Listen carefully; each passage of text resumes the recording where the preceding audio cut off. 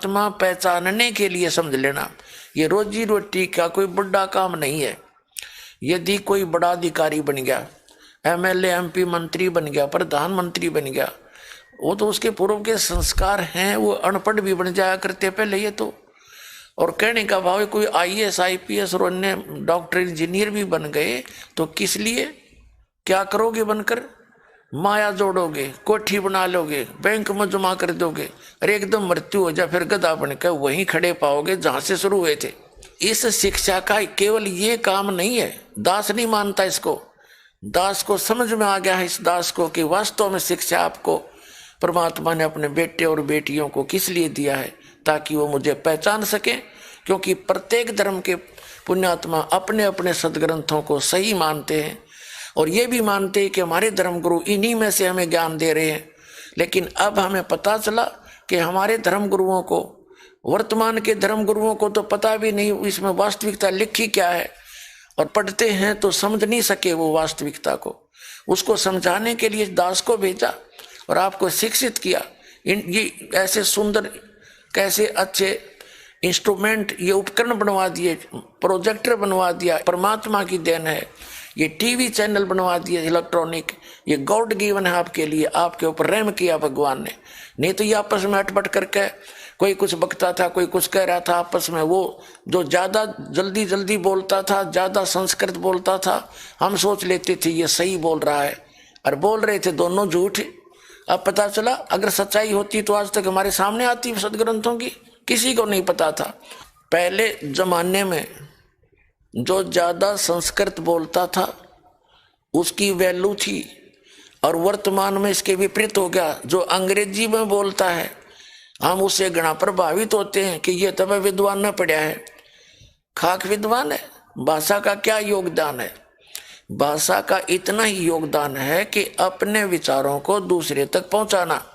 अब जैसे ये भ्रमित करने वाले व्यक्ति कहते हैं, लेकिन अब इनकी दाल गले नहीं, क्योंकि परमात्मा ने वो समय फिक्स कर रखा है, वो आ चुका है। ये कहते हैं कि रामपाल को संस्कृत नहीं आती और ना ही कोई शुद्ध भाषा का प्रयोग करता। पुण्यात्माओं, ये उनकी सिर्फ आपको बरगलाने की विधि है। अब उनकी वो चले नहीं, क्योंकि जैसे एक वैद्य है, डॉक्टर है, और वो रोगी को कहता है कि ले ये टेबलेट ले जा, इस दिन को खा ले। अब वो रोगी इंग्लिश जानता नहीं, वो न सोचे टेबलेट क्या न कहे, तो उसको हम अगर देसी भाषा में उसी की लैंग्वेज में समझाया जा कि ये गोली है और ये गोली ऐसे ऐसे खानी है, तो आसानी तो समझेगा। और गोली की जगह जैसे हम अपने देसी लैंग्वेज में बोलते हैं, ले भाई ये 2 गोली हैं, गोली, हम गोली भी ना बोलते, गोली के हैं, 1 गोली सुबह ले लिए, 1 गोली सांझ ने, उसको और जल्दी समझेगा क्योंकि वो उस भाषा से ही परिचित है। तो इनकी बकवादों में ना आना कि उसने ये नहीं आती। अगर क्या मैं अंग्रेजी नहीं जानता, आई वॉज जूनियर इंजीनियर, लेकिन उस इंग्लिश को बोलकर मैं समझाऊंगा किसने?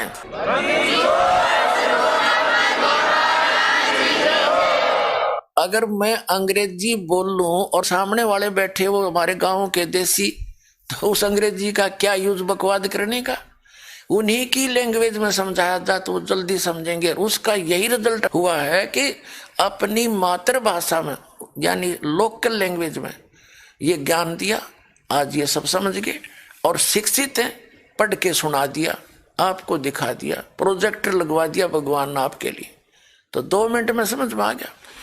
ये जो आपको दिखाना चाह रहा था दास कि ये क्या कह रहा है कि ये मेरे चतुर्भुज के रूप के दर्शन भी सुदुर्लभ हैं, मुश्किल से दिखाई देते, और ये भी ना वेदों में वर्णित विधि से, ना यज्ञ से, ना जप से, ना तप से कोई नहीं देख सकता। और यही कारण रहा कि ये सामने नहीं आता ओरिजिनल रूप में, इसलिए सब ने वेदों अनुसार साधनाएं की, ओम नाम का जाप किया, हठ योग किए, तप किए घोर, उससे अन्य वस्तु मिल गई उनको, सिद्धियां होगी और ब्रह्मलोक प्राप्ति होगी ओम नाम के जाप से। और तब से वहां देवता पद प्राप्त हुआ और फिर राजा बन गए और फिर गधे बन गए।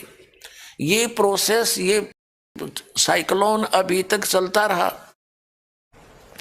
ये साइकिल चलता रहा, ये एक चक्कर चलता रहा परमात्मा के तत्व ज्ञान के अभाव से। तो कहने का भाव इस कंसेप्ट को क्लियर करने के लिए कि गीता ज्ञानदाता अध्याय नंबर 11 के श्लोक नंबर 53 और 54 में कह रहा है कि जिस प्रकार तूने मुझे अब देखा चतुर्भुज रूप में, ये रूप भी मेरा ना वेदों में वर्णित विधि से, ना यज्ञ से, ना जप से, ना तप से, मैं कभी शक्य नहीं हूं देखने में, मुझे कोई नहीं देख सकता।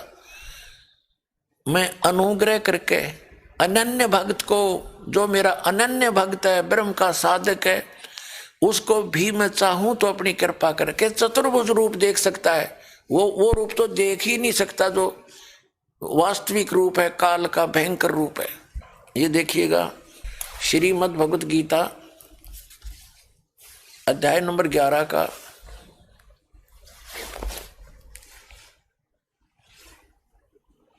और श्लोक नंबर 53 में क्या कहा है कि जिस प्रकार मुझको देखा, इस प्रकार चतुर्भुज रूप वाला मैं न वेदों से, न तप से, न दान से और न यज्ञ से ही देखा जा सकता हूं। फिर 54 में कहा है कि परंतु हे परंतम अर्जुन, अनन्य भक्ति के द्वारा इस प्रकार चतुर्भुज रूप वाला मैं प्रत्यक्ष देखने के लिए, तत्व से जानने के लिए और प्रवेशुम यानी प्रवेश करने के लिए शक्य हूं। अभी इसने फाइनल कर दिया है कि मैं अनन्य भक्त को, ये मेरा चतुर्भुज रूप भी अनन्य भक्त को मैं अपने अनुग्रह करके मेरे को देखने के लिए, समझने के लिए, जानने के लिए और मेरे में प्रवेश होने के लिए, यानी खाता सबको ये ही शक्य हूं, अन्यथा मेरे को किसी भी दान धर्म से नहीं देख सकते। तो चतुर्भुज रूप में कैसे दिखाई देता, जैसे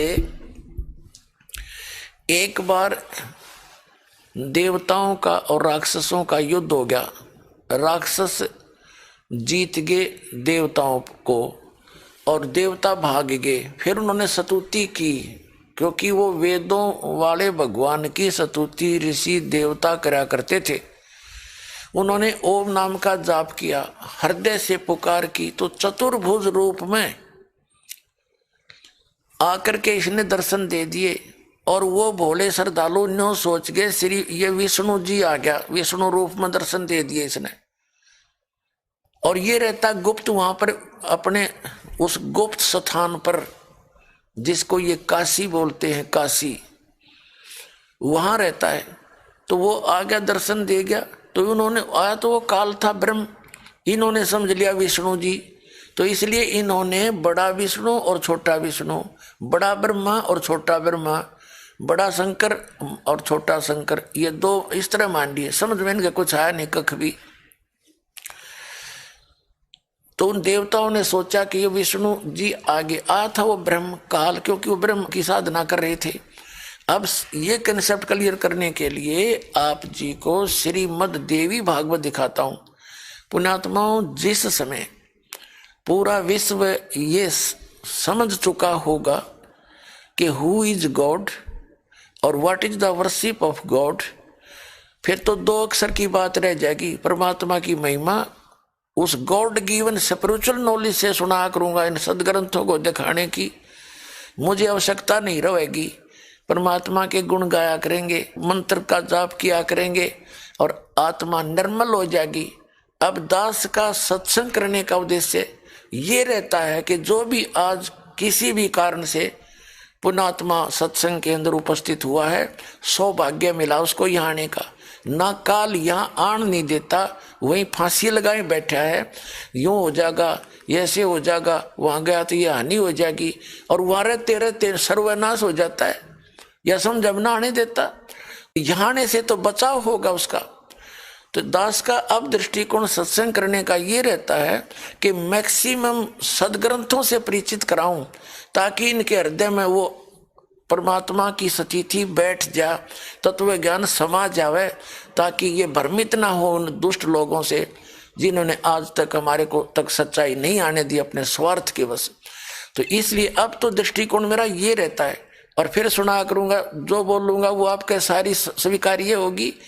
अब स्वीकार्य नहीं हो सकती उनको जो प्रथम द्वितीय तृतीय बार आ रहे हैं।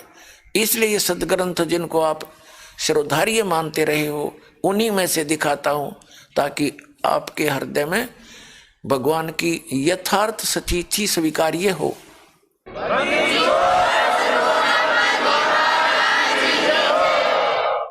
अब दास जो आपको श्रीमद् देवी भागवत दिखाने जा रहा है, उसमें से आपको दो बातें, दो कंसेप्ट क्लियर होंगे। एक तो ब्रह्मा विष्णु महेश के जन्म और उसके माता पिता कौन है, और एक ये होगा कि जो गीता अध्याय नंबर 11 के श्लोक नंबर 47 से लेकर और चम्मन तक ये जो बोलता है कहता है वो सतीति समझ में आवेगी। वो क्या कहता है कि ये मेरा विराट रूप दिखाया। एक तो उसने हजार भुजा थी उसकी और भयंकर रूप था, उस देवताओं को खा रहा था। अर्जुन देख रहा था कि भगवान आप तो देवताओं को भी खा रहे हो, आप तो ऋषियों को भी खा रहे हो। तो ये खुद कहता मैं तो काल हूं भाई, सबको खाने के लिए आया हूं, अब परिवर्त हुआ हूं। और फिर अर्जुन ने कहा कि भगवान मैं घबराया हुआ हूं, आप अपने उसी चतुर्भुज रूप में आइयो। चतुर्भुज रूप में आ गया। फिर कहा कि आप उसी रूप में आइयो, कृष्ण रूप में हो गया, क्योंकि फिर समझ गया, श्री कृष्ण में प्रवेश कर गया। तो क्या कहता है कि जो तूने मेरा ये चतुर्भुज रूप देखा, यानी ये भी सबको शक्य नहीं है, सबको सुलभ नहीं है।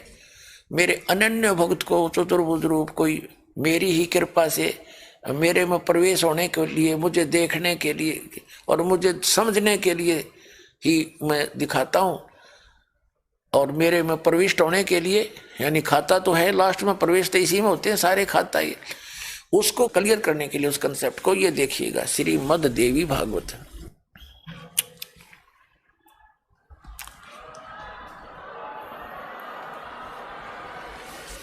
श्रीमद् देवी भागवत मोटा टाइप सचित्र केवल हिंदी, संपादक हनुमान प्रसाद पोदार, चिमनलाल गोस्वामी है। प्रकाशक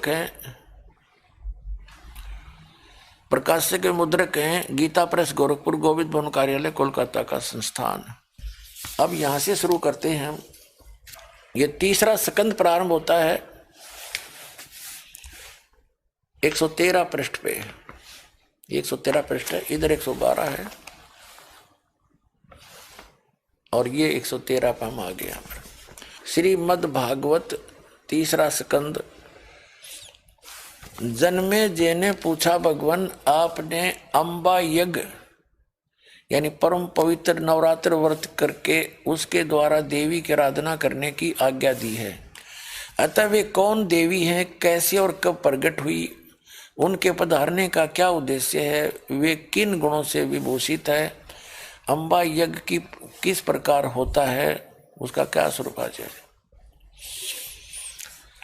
ब्रह्मन साथ ही विस्तार पूर्वक ब्रह्मांड की उत्पत्ति भी कहिए, क्योंकि भूदेव ब्रह्मांड के विषय में जो कुछ कहा जाता है वो जैसा जो है ये सभी बातें आप जानते हो। मैंने सुना है कि विष्णु और रुद्र ये तीन सगुण देवता हैं। कर्म से सृष्टि पालन और संहार के कार्य का उत्तरदायित्व इन पर रहता है। पराशर नंदन व्यास जी, जन्मे जे व्यास जी से पूछ रहा है। व्यास जी अब मैं इनके संबंध में विस्तार पूर्वक सुनना चाहता हूं, आप बतलाने की कृपा करें। व्यास जी कहते हैं राजन तुम्हारी बुद्धि बड़ी विशाल है। अभी तुमने जो पूछा कि ब्रह्मा आदि की उत्पत्ति, ब्रह्मा विष्णु महेश की उत्पत्ति, सो एक वह महान कठिन विषय है, उसमें अनेक प्रश्न उठते हैं। यही प्रश्न पूर्व समय में मैंने नारद जी से किया था। व्यास जी कहते हैं मैंने नारद जी से पूछा था यही प्रश्न जो आपने मेरे से पूछा है। और नारद जी कहता है, फिर नारद जी से जब पूछा, नारद जी कहते हैं कि मैंने अपने पिता ब्रह्मा जी से पूछा था। अब देखो, मैंने कहा मुने, व्यास जी कह रहे कि मैंने नारद जी से जब पूछा, आप बुद्धिमान हैं, मुझे यह बताने की कृपा कीजिए कि इस विस्तृत ब्रह्मांड के प्रधान कर्ता कौन है। मुनिवर यह ब्रह्मांड कहाँ से उत्पन्न हो गया। दिविजवर साथ ही यह भी बताइए कि यह ब्रह्मांड विनाशशील है अथवा सदा रहने वाला। इसकी रचना करने वाला, अब 114 पृष्ठ पर आ गए हम। करने वाला कोई एक है अथवा बहुत से इसके रचयिता है। कर्ता के भाव में कार्य होना असंभव है, यह प्रश्न मेरे मन में उठा करता है। कुछ लोग भगवान शंकर को परम कारण मानकर जगत का रचयिता बतलाते हैं, रचयिता। यानी व्यास जी पूछ रहे नारद जी से कि कुछ तो कहते शंकर भगवान ने इस रचने वाला है। वे कहते हैं कि देवादिदेव भगवान शंकर अविनाशी पुरुष हैं, उनका कभी जन्म और मरण नहीं होता, वे आत्मा मरण करने वाले ऐसे। अच्छा, और अतः वे ही सृष्टि स्थिति और संहार के आदि कारण है। यानी व्यास जी पूछ रहा है नारद जी से कि कुछ तो शंकर भगवान को कहते यही परम कारण है सृष्टि के रचने का, और यही स्थिति सृष्टि और संहार करता है। नारद जी से व्यास जी पूछ रहे हैं। व्यास जी से पूछा था जन्मेजय ने।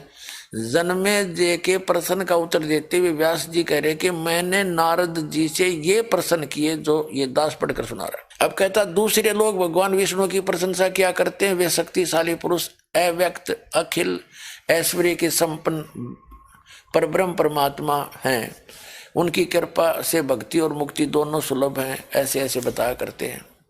कुछ लोग श्री ब्रह्मा जी को सृष्टि प्रधान कारण बताते हैं सृष्टि का कि इसने रची।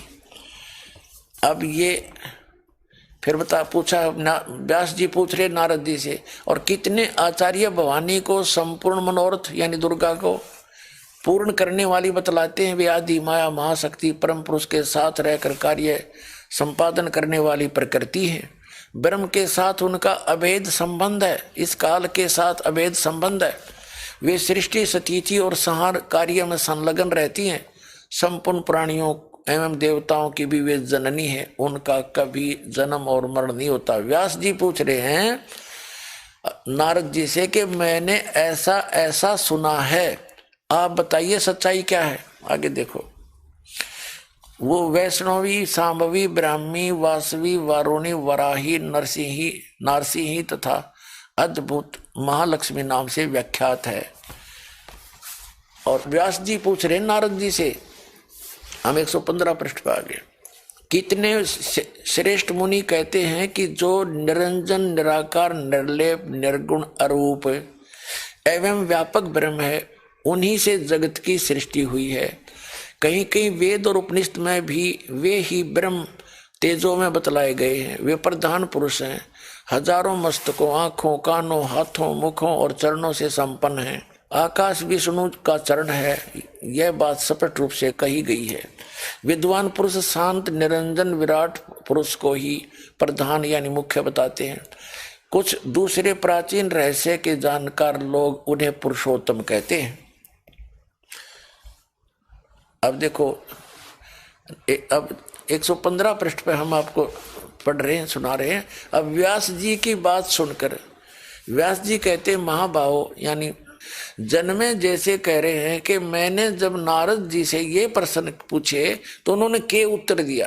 देखिएगा, व्यास जी कहते महाभाव यानी जन्मे जय, कुरुवंशी राजाओं में तुम श्रेष्ठ राजा हो। तुमने जो बातें पूछी हैं वे ही मैंने मुनिवर नारद जी से पूछी थी, जो अभी व्याख्या की है। तो नारद जी ने कहा, व्यास जी प्राचीन समय की बात है, यही संदेह मेरे हृदय में भी उत्पन्न हो गया था। तब मैं अपने पिता अमित तेजस्वी ब्रह्मा जी के स्थान पर गया। उनसे इस समय जिस विषय में तुम मुझसे पूछ रहे हो उसी विषय में मैंने पूछा। मैंने कहा, पिताजी यह संपूर्ण ब्रह्मांड कहाँ से उत्पन्न हुआ है? विभो, आपने सम्यक प्रकार से इसकी रचना की है अथवा विष्णु इसके रचयिता हैं या शंकर ने इसकी सृष्टि की है? जगत प्रभु, आप विश्व के आत्मा हैं और सच्ची बात बताने की कृपा करें। अब ब्रह्मा जी को पता है, जब ये विचलित हो जाते हैं सट्टे मारा करते हैं, क्योंकि इनको पता ही नहीं ब्रह्मा विष्णु महेश को भी। तो यहाँ कह रहा है पिताजी सच्ची बताइयो, झूठ ना बोलियो, सच्ची बात बताने की कृपा करना। किन देवताओं की पूजा करनी चाहिए तथा कौन देवता सबसे बड़े एवं सर्वसमर्थ है? निष्पाप ब्रह्मा जी, इन सभी प्रश्नों का समाधान करके मेरे हृदय के संदेह को दूर करने की कृपा कीजिए। ब्रह्मा जी ने कहा, बेटा मैं इस प्रश्न का क्या उत्तर दूं। अब नारद जी कह रहे हैं कि लोक पिता में ब्रह्मा जी मुझसे कहने लगे कि ब्रह्मा जी ने कहा, बेटा मैं इस प्रश्न का क्या उत्तर दूं, यह प्रश्न बड़ा ही जटिल है। महाभाग तुम भगवान विष्णु से इसका समुचित समाधान पा सकते हो। अपने आत्माओं, ये जब इनको कुछ पता तो था नहीं ब्रह्मा विष्णु महेश जी को, ये तो बालक है। ये जब इनके ना समझ माती तो ब्रह्मा जी तो कह देता तो विष्णु जी से पूछ ले भाई, अपने सर से बला टाड़ दी। विष्णु जी कह देता भाई शंकर जी से पूछ ले, शंकर जी कह देता जा ब्रह्मा जी बतावेंगे, ये नए चक्कर कटाए जाते। अब आगे दिखाऊंगा, ये कहता ना ब्रह्मा जी के विष्णु जी से पूछ लेना। विष्णु जी आप बेहोश पड़ा है, उसने पता नहीं मैं कहाँ से उत्पन्न हो गया, तो खाक पता होगा। अब देखो ब्रह्मा जी ने कहा, बेटा मैं इस प्रश्न का क्या उत्तर दूं, यह प्रश्न बड़ा ही जटिल है। महाभाग तुम भगवान विष्णु से इसका समुचित समाधान पा सकते हो। महामते, इस संसार में कोई भी रागी पुरुष ऐसा नहीं है जिसे यह रहस्य विदित हो, यानी सृष्टि उत्पत्ति का ज्ञान हो। जो त्यागी अहंकार रहित ऐश्वर्य शून्य है वही इसके रहस्य को जान सकता है। पूर्व काल में अब बताने भी लगा सृष्टि को, क्योंकि जितना इनको ज्ञान है, जो ब्रह्मा जी के जन्म के उपरांत जो भी घटनाएं घटी हैं वो तो साची बतावे, और उससे पहले की ये तुके लगाता है। अब क्या कहता है कि पूर्व काल में सर्वत्र जल ही जल था, स्थावर जंगम जितने प्राणी उनमें कोई भी नहीं था। तब कमल से मेरी उत्पत्ति हुई। उस समय मुझे सूर्य चंद्र वृक्ष तथा पर्वत, हम 116 पा गए, कुछ भी दिखाई नहीं पड़े। मैं कमल की कणिका पर बैठकर विचार करने लगा, इस अगाध जल में मैं कैसे उत्पन्न हो गया, कौन मेरा रक्षक है, तथा इस प्रलय काल में सृष्टि एवं संहार करने वाले कौन विशिष्ट पुरुष हैं। कहीं भी स्पष्ट रूप से भूमि भी नहीं दिखती जिस पर यह जल टिका हुआ है। यह कमल कैसे उत्पन्न हुआ, यो विचार करके ब्रह्मा जी बोल रहे हैं, करके मैं जल में उतरा, 1000 वर्ष तक पृथ्वी का अन्वेषण करता रहा। इस पर भी मुझे उस जल का कहीं और छोर नहीं मिला। इतने में आकाशवाणी हुई, तप करो तप करो। तब मैंने तपस्या आरंभ कर दी। कमल पर बैठे ही 1000 वर्ष तक मैं तप करता रहा। फिर उसी समय सृष्टि करो ऐसी आकाशवाणी सुनाई पड़ी। उसे सुनकर मैं बड़े आश्चर्य में पड़ गया। सोचा कि किसकी सृष्टि करूं अथवा मेरा क्या कर्तव्य है। अपने आत्माओं, आप जी को दास बार बार समझाने की चेष्टा करता है कि जैसे ये ऋषियों ने एक तो ओम नाम का जाप वेदों से ग्रहण कर लिया, यजुर्वेद अध्याय नंबर 40 के मंत्र नंबर 15 से। ये तो वेदों से, ये तो सही है, ये तो शास्त्रानुकूल साधना है। और जो ये आकाशवाणी अब ब्रह्मा जी को की, इस काल भगवान ने जब वो कमल के फूल पर बैठा था, कमल के ऊपर बैठा था, क्या आकाशवाणी कर दी, तप करो तप करो। तो ये आकाशवाणी काल की है और वेदों में ज्ञान है, वो पूर्ण परमात्मा ने वेद दिए। वो इस ब्रह्म के अंदर ज्योत स्वरूपी निरंजन के अंदर अंतःकरण में फैक्स कर दिए, फीड कर दिए, डाउनलोड कर दिए। फिर उसने बोले हैं। और गीता जी का ज्ञान जो इसने बोला है उसमें कुछ तो वेद ज्ञान और कुछ अपनी अटकल दोनों का समावेश कर दिया। अब यहाँ इसने जो तप का कहा, तप करो, ऋषि लोग जितने भी और साधक हुए हैं, ब्रह्मा विष्णु महेश भी तप करते हैं, उन्होंने गलती से इस आकाशवाणी को पूर्ण परमात्मा की आकाशवाणी मान ली और जिस कारण से ये सभी तप वाले डड़े भी साथ दौड़ लग गए, यानी ये तप भी करने लगे जो कि परमात्मा के मार्ग में नहीं है, उस परमात्मा के विधान में नहीं है। वेदों के अंदर तप करने की सख्त मनाही है और गीता जी में भी कहीं तप करने का नहीं कहा है कि यदि तू गीता जी में यहाँ तक लिखा है कि जो शास्त्र विधि को त्याग कर मनमाना घोर तप को तपते हैं उनको राक्षस स्वभाव की जान। ये तो है वेद ज्ञान, और ये आकाशवाणी है, ये ब्रह्म काल का ज्ञान। तो इस आकाशवाणी को ग्रहण कर लिया ऋषियों ने, ये जान करके ये परमात्मा का आदेश है। और फिर वेद क्या है, उधर से वेदों को भी भगवान का आदेश मानते हैं, उसका कलाम मानते हैं, उसका आदेश मानते हैं, परमात्मा के वचन मानते हैं। तो ये बिनता दास आपको बता रहा है, ये सत्य है कि जो वेद ज्ञान है वो पूर्ण परमात्मा ने कंप्लीट इस ज्योत निरंजन ब्रह्म काल के अंतःकरण में डाउनलोड कर दिया था, फैक्स कर दिया था। इसने क्या किया, इसने पहले 3 वेद दिए, ऋग्वेद, यजुर्वेद और सामवेद। शेष पोर्शन उस पूरे ज्ञान का रख लिया। फिर उसने उसमें से अथर्ववेद और दे दिया। बाकी जो और रियल ज्ञान था ऊपर के लोक का, सारी सृष्टि की रचना का और उस परमात्मा के पाने के मंत्रों की विशेष जानकारी थी, वो उसने नष्ट कर दिया, आगे दिया नहीं। उस ज्ञान को बताने के लिए परमात्मा स्वयं आते हैं पृथ्वी पर। तो जो आकाशवाणी इस काल न करी, ये ब्रह्मा जी ने सुन ली और उसने फिर आगे सबको बता दिया कि मुझे भगवान की आकाशवाणी हुई थी तप करने के लिए, और मैंने 1000 वर्ष तक तप किया। तो तप से इनकी बैटरी चार्ज हो जाती है, सिद्धियां आ जाती है इनके अंदर। और सिद्धियां इस जीव की सबसे बड़ी दुश्मन है। मोक्ष मार्ग में सबसे बड़ी बाधा है तो सिद्धि है। तो ये सिद्धियां इनमें, इन तप करने से स्वतः सिद्धि आती हैं। और फिर इनसे अपने रिमोट से ये काल इनमें सिद्धियां प्रवेश करवा के, इन्हीं से तपस्या आदि करवा के और अपने रिमोट से काम लेता है। जहां भी इनसे कुछ करवाना है ऊपर से अपने रिमोट से आदेश से इनको प्रेरणा कर देता है, इनके अंदर सिद्धियां होती हैं।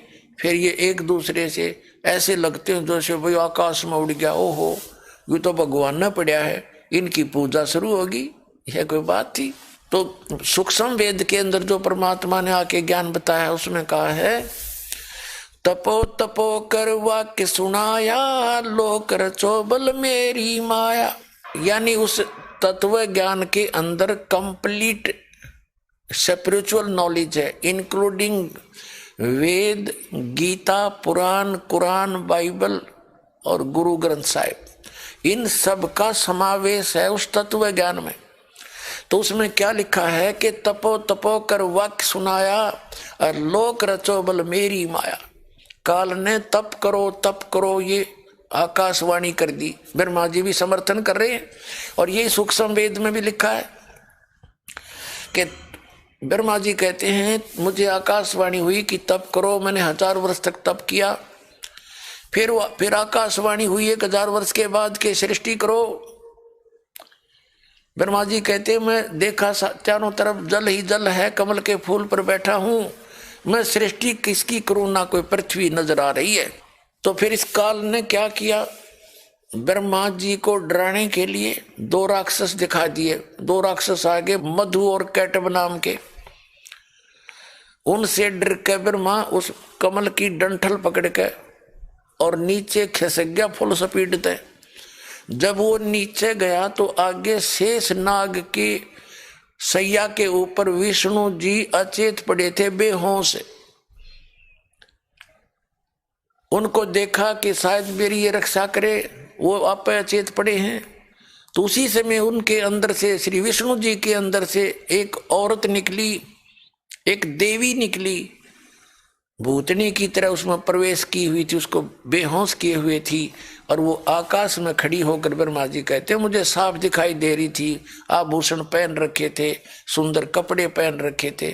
फिर विष्णु जी होश में आ गए।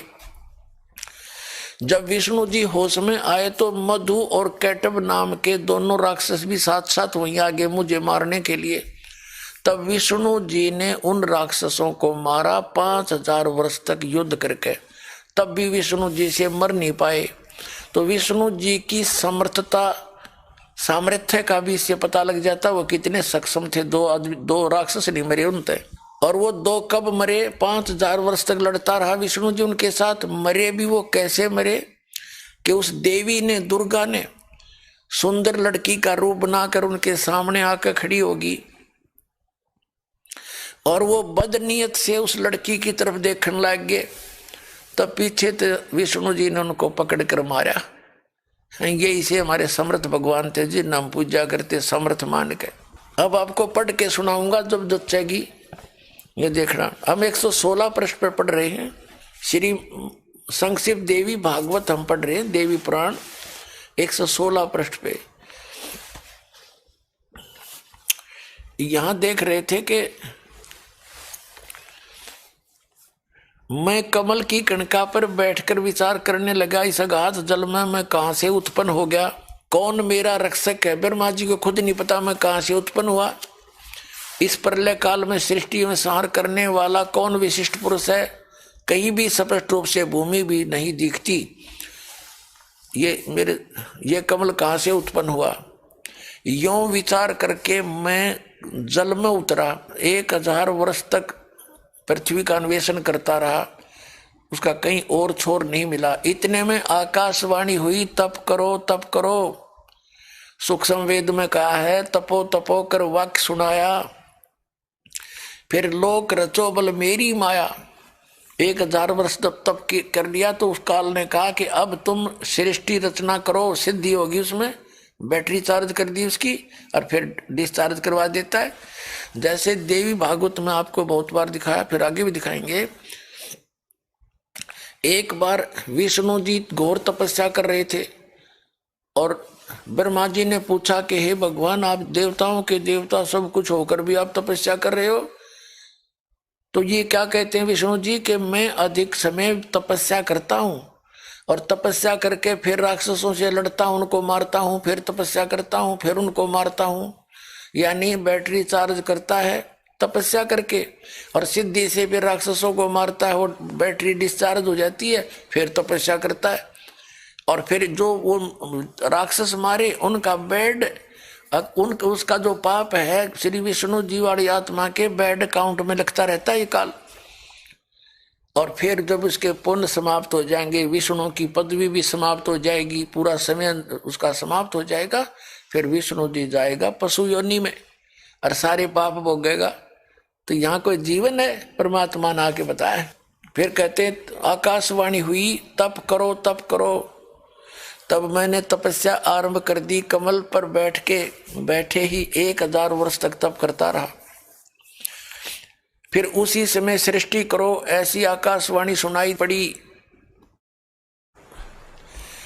उसे सुनकर मैं बड़े आश्चर्य में पड़ गया। ब्रह्मा जी बता रहे हैं, सोचा कि किसकी सृष्टि करूं अथवा मेरा क्या कर्तव्य है। उसी समय मधु और कैटव नाम के 2 भयंकर राक्षस दानव आ गए, उनसे डर गया यो ब्रह्मा जी। वे उस महावरण में मुझसे युद्ध करने की इच्छा प्रकट करने लगे। मैं उनसे भयभीत हो उठा। तब कमल का डंठल पकड़कर जल में उतरा। वहां मुझे एक परम अद्भुत पुरुष के दर्शन हुए, जिनका श्री विग्रह मेघ के समान श्याम था। वे पीतंबर पहने थे, 4 भुजाएं थी, शेषनाग की सैया पर सोए थे। उन जगत प्रभु के गले को वनमाला सुशोभित कर रही थी। शंख चक्र गदम पदा, इन 4 आयुधों से वे अनुपम शोभा पा रहे थे। ऐसे शेष शाही भगवान विष्णु का मुझे दर्शन हुआ। वे योग निद्रा के वशीभूत होकर गाढ़ी नींद में सोए हुए थे। बेहोश पड़ा था विष्णु जी। उनकी सारी चेष्टाएं शांत थी। नारद जी शेषनाग की सैया पर सोए हुए उन प्रभु को देखकर मेरा मन चिंतित हो उठा। इतने में भगवती योग निद्रा याद आ गई। मैंने उसका सत्वन किया। तब वे कल्याणमयी भगवती श्री विष्णु के विग्रह से निकलकर, श्री विष्णु के शरीर से निकलकर अचिंत रूप धारण करके आकाश में विराजने लगी। धारण करके आकाश में विराजमान हो गई। दिव्य आभूषण उनकी छवि बढ़ा रहे थे। ये देखो कि उसके विग्रह श्री कल्याणमयी भगवती श्री विष्णु के शरीर से निकलकर, विग्रह से निकलकर अचिंत रूप धारण करके आकाश में विराजमान हो गई और दिव्य आभूषण उसकी छवि बढ़ा रहे थे। आभूषण पहन रही थी, गहने वहने कपड़े सुंदर पहन रखे थे। जब योग निंद्रा भगवान विष्णु के शरीर से अलग होकर आकाश में विराजने लगी, वह भूतनी बढ़ रही थी, श्री कृष्ण में विष्णु में बेहोश कर रही थी उसको। तब तुरंत ही श्री हरि उठ बैठे।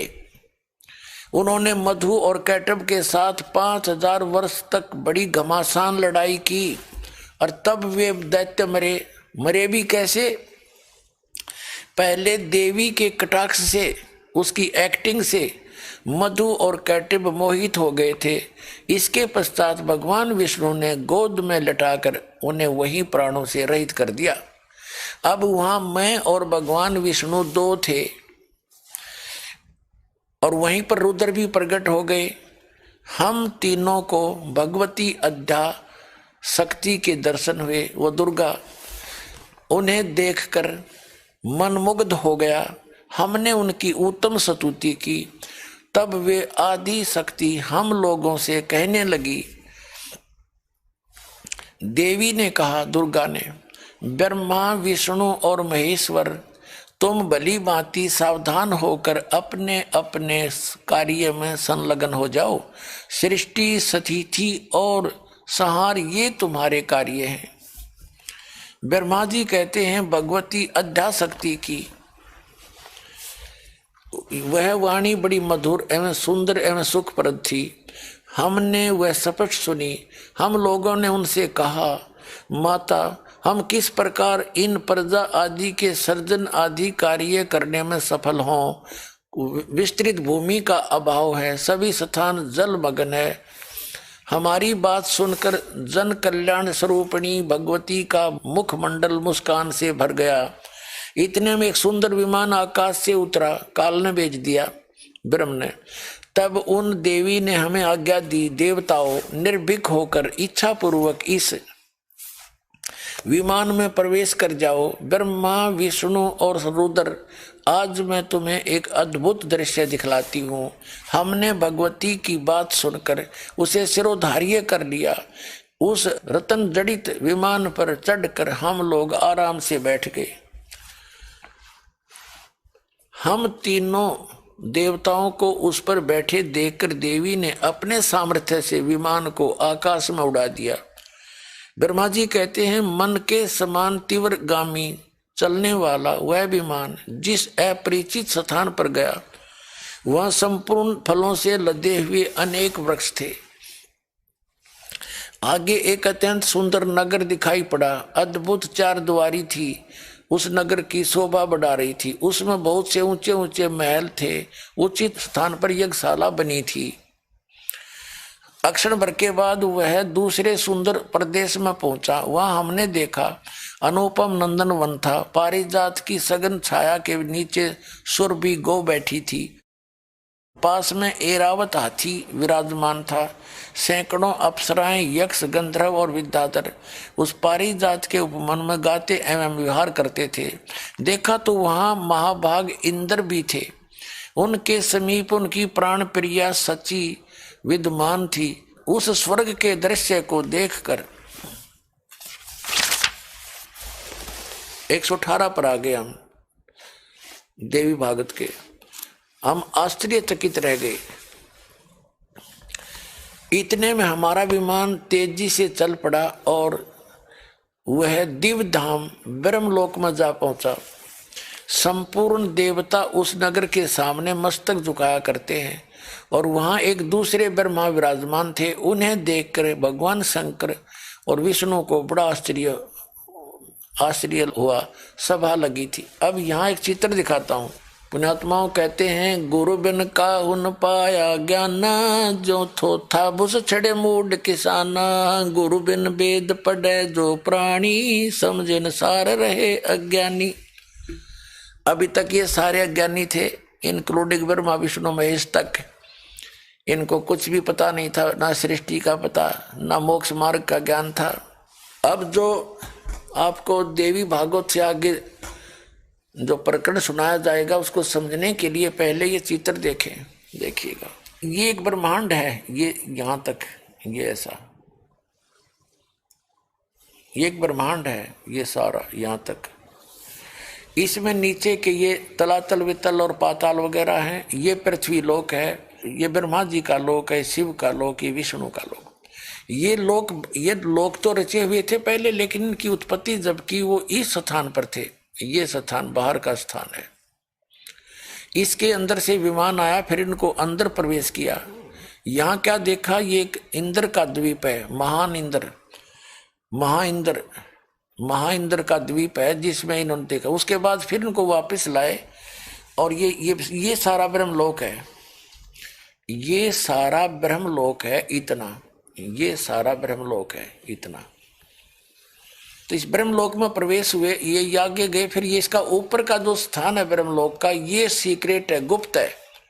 यहाँ पर इसने 3 स्थान बना रखे हैं ब्रह्म ने, ज्योत निरंजन ने। एक तो सतोगुण प्रधान क्षेत्र, एक तमोगुण प्रधान क्षेत्र, एक रजोगुण प्रधान क्षेत्र। जब ये रजोगुण प्रधान क्षेत्र में रहता है और अपनी दुर्गा को साथ में पत्नी रूप में रखता है, उस समय ये 4-5 मुख बना लेता है, चतुर्भुजी पंचमुखी जैसा भी ये बना लेता है, और अपनी पत्नी दुर्गा को सावित्री रूप में रखता है। इस दोनों के संयोग से इस स्थान में रहते हुए जो बच्चा उत्पन्न होता है वो रजोगुण युक्त हो जाता है, और फिर ये सतोगुण प्रधान क्षेत्र में चले जाते हैं, विष्णु रूप में होता है ये, काल भगवान ब्रह्म और दुर्गा को लक्ष्मी रूप में रखता है। इन दोनों के संयोग से जो पुत्र उत्पन्न होता है, इस क्षेत्र में रहते रहते वो ऑटोमेटिकली सतोगुण युक्त हो जाता है। और फिर ये तमोगुण प्रधान क्षेत्र है, ये तमोगुण प्रधान क्षेत्र है। इसमें ये दुर्गा को पार्वती रूप में रखता है और स्वयं ये ऐसे रूप में हो जाता है।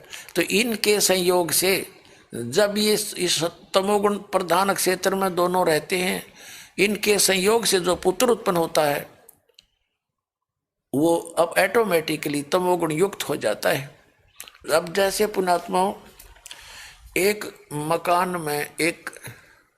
मकान के अंदर कोठी में 3 कक्ष हों, एक कक्ष के अंदर जैसे अश्लील चित्र हों, तो उसके अंदर जब इंसान जाता है तो ऑटोमेटिकली उसका दुर्भावना पैदा होनी शुरू हो जाती है और उसके विचार वैसे ही मलिन होने शुरू हो जाते हैं। जब तक वो उन चित्रों में रहेगा, उस कमरे में रहेगा, उसकी वैसी ही मनोवृत्ति बन जाती है।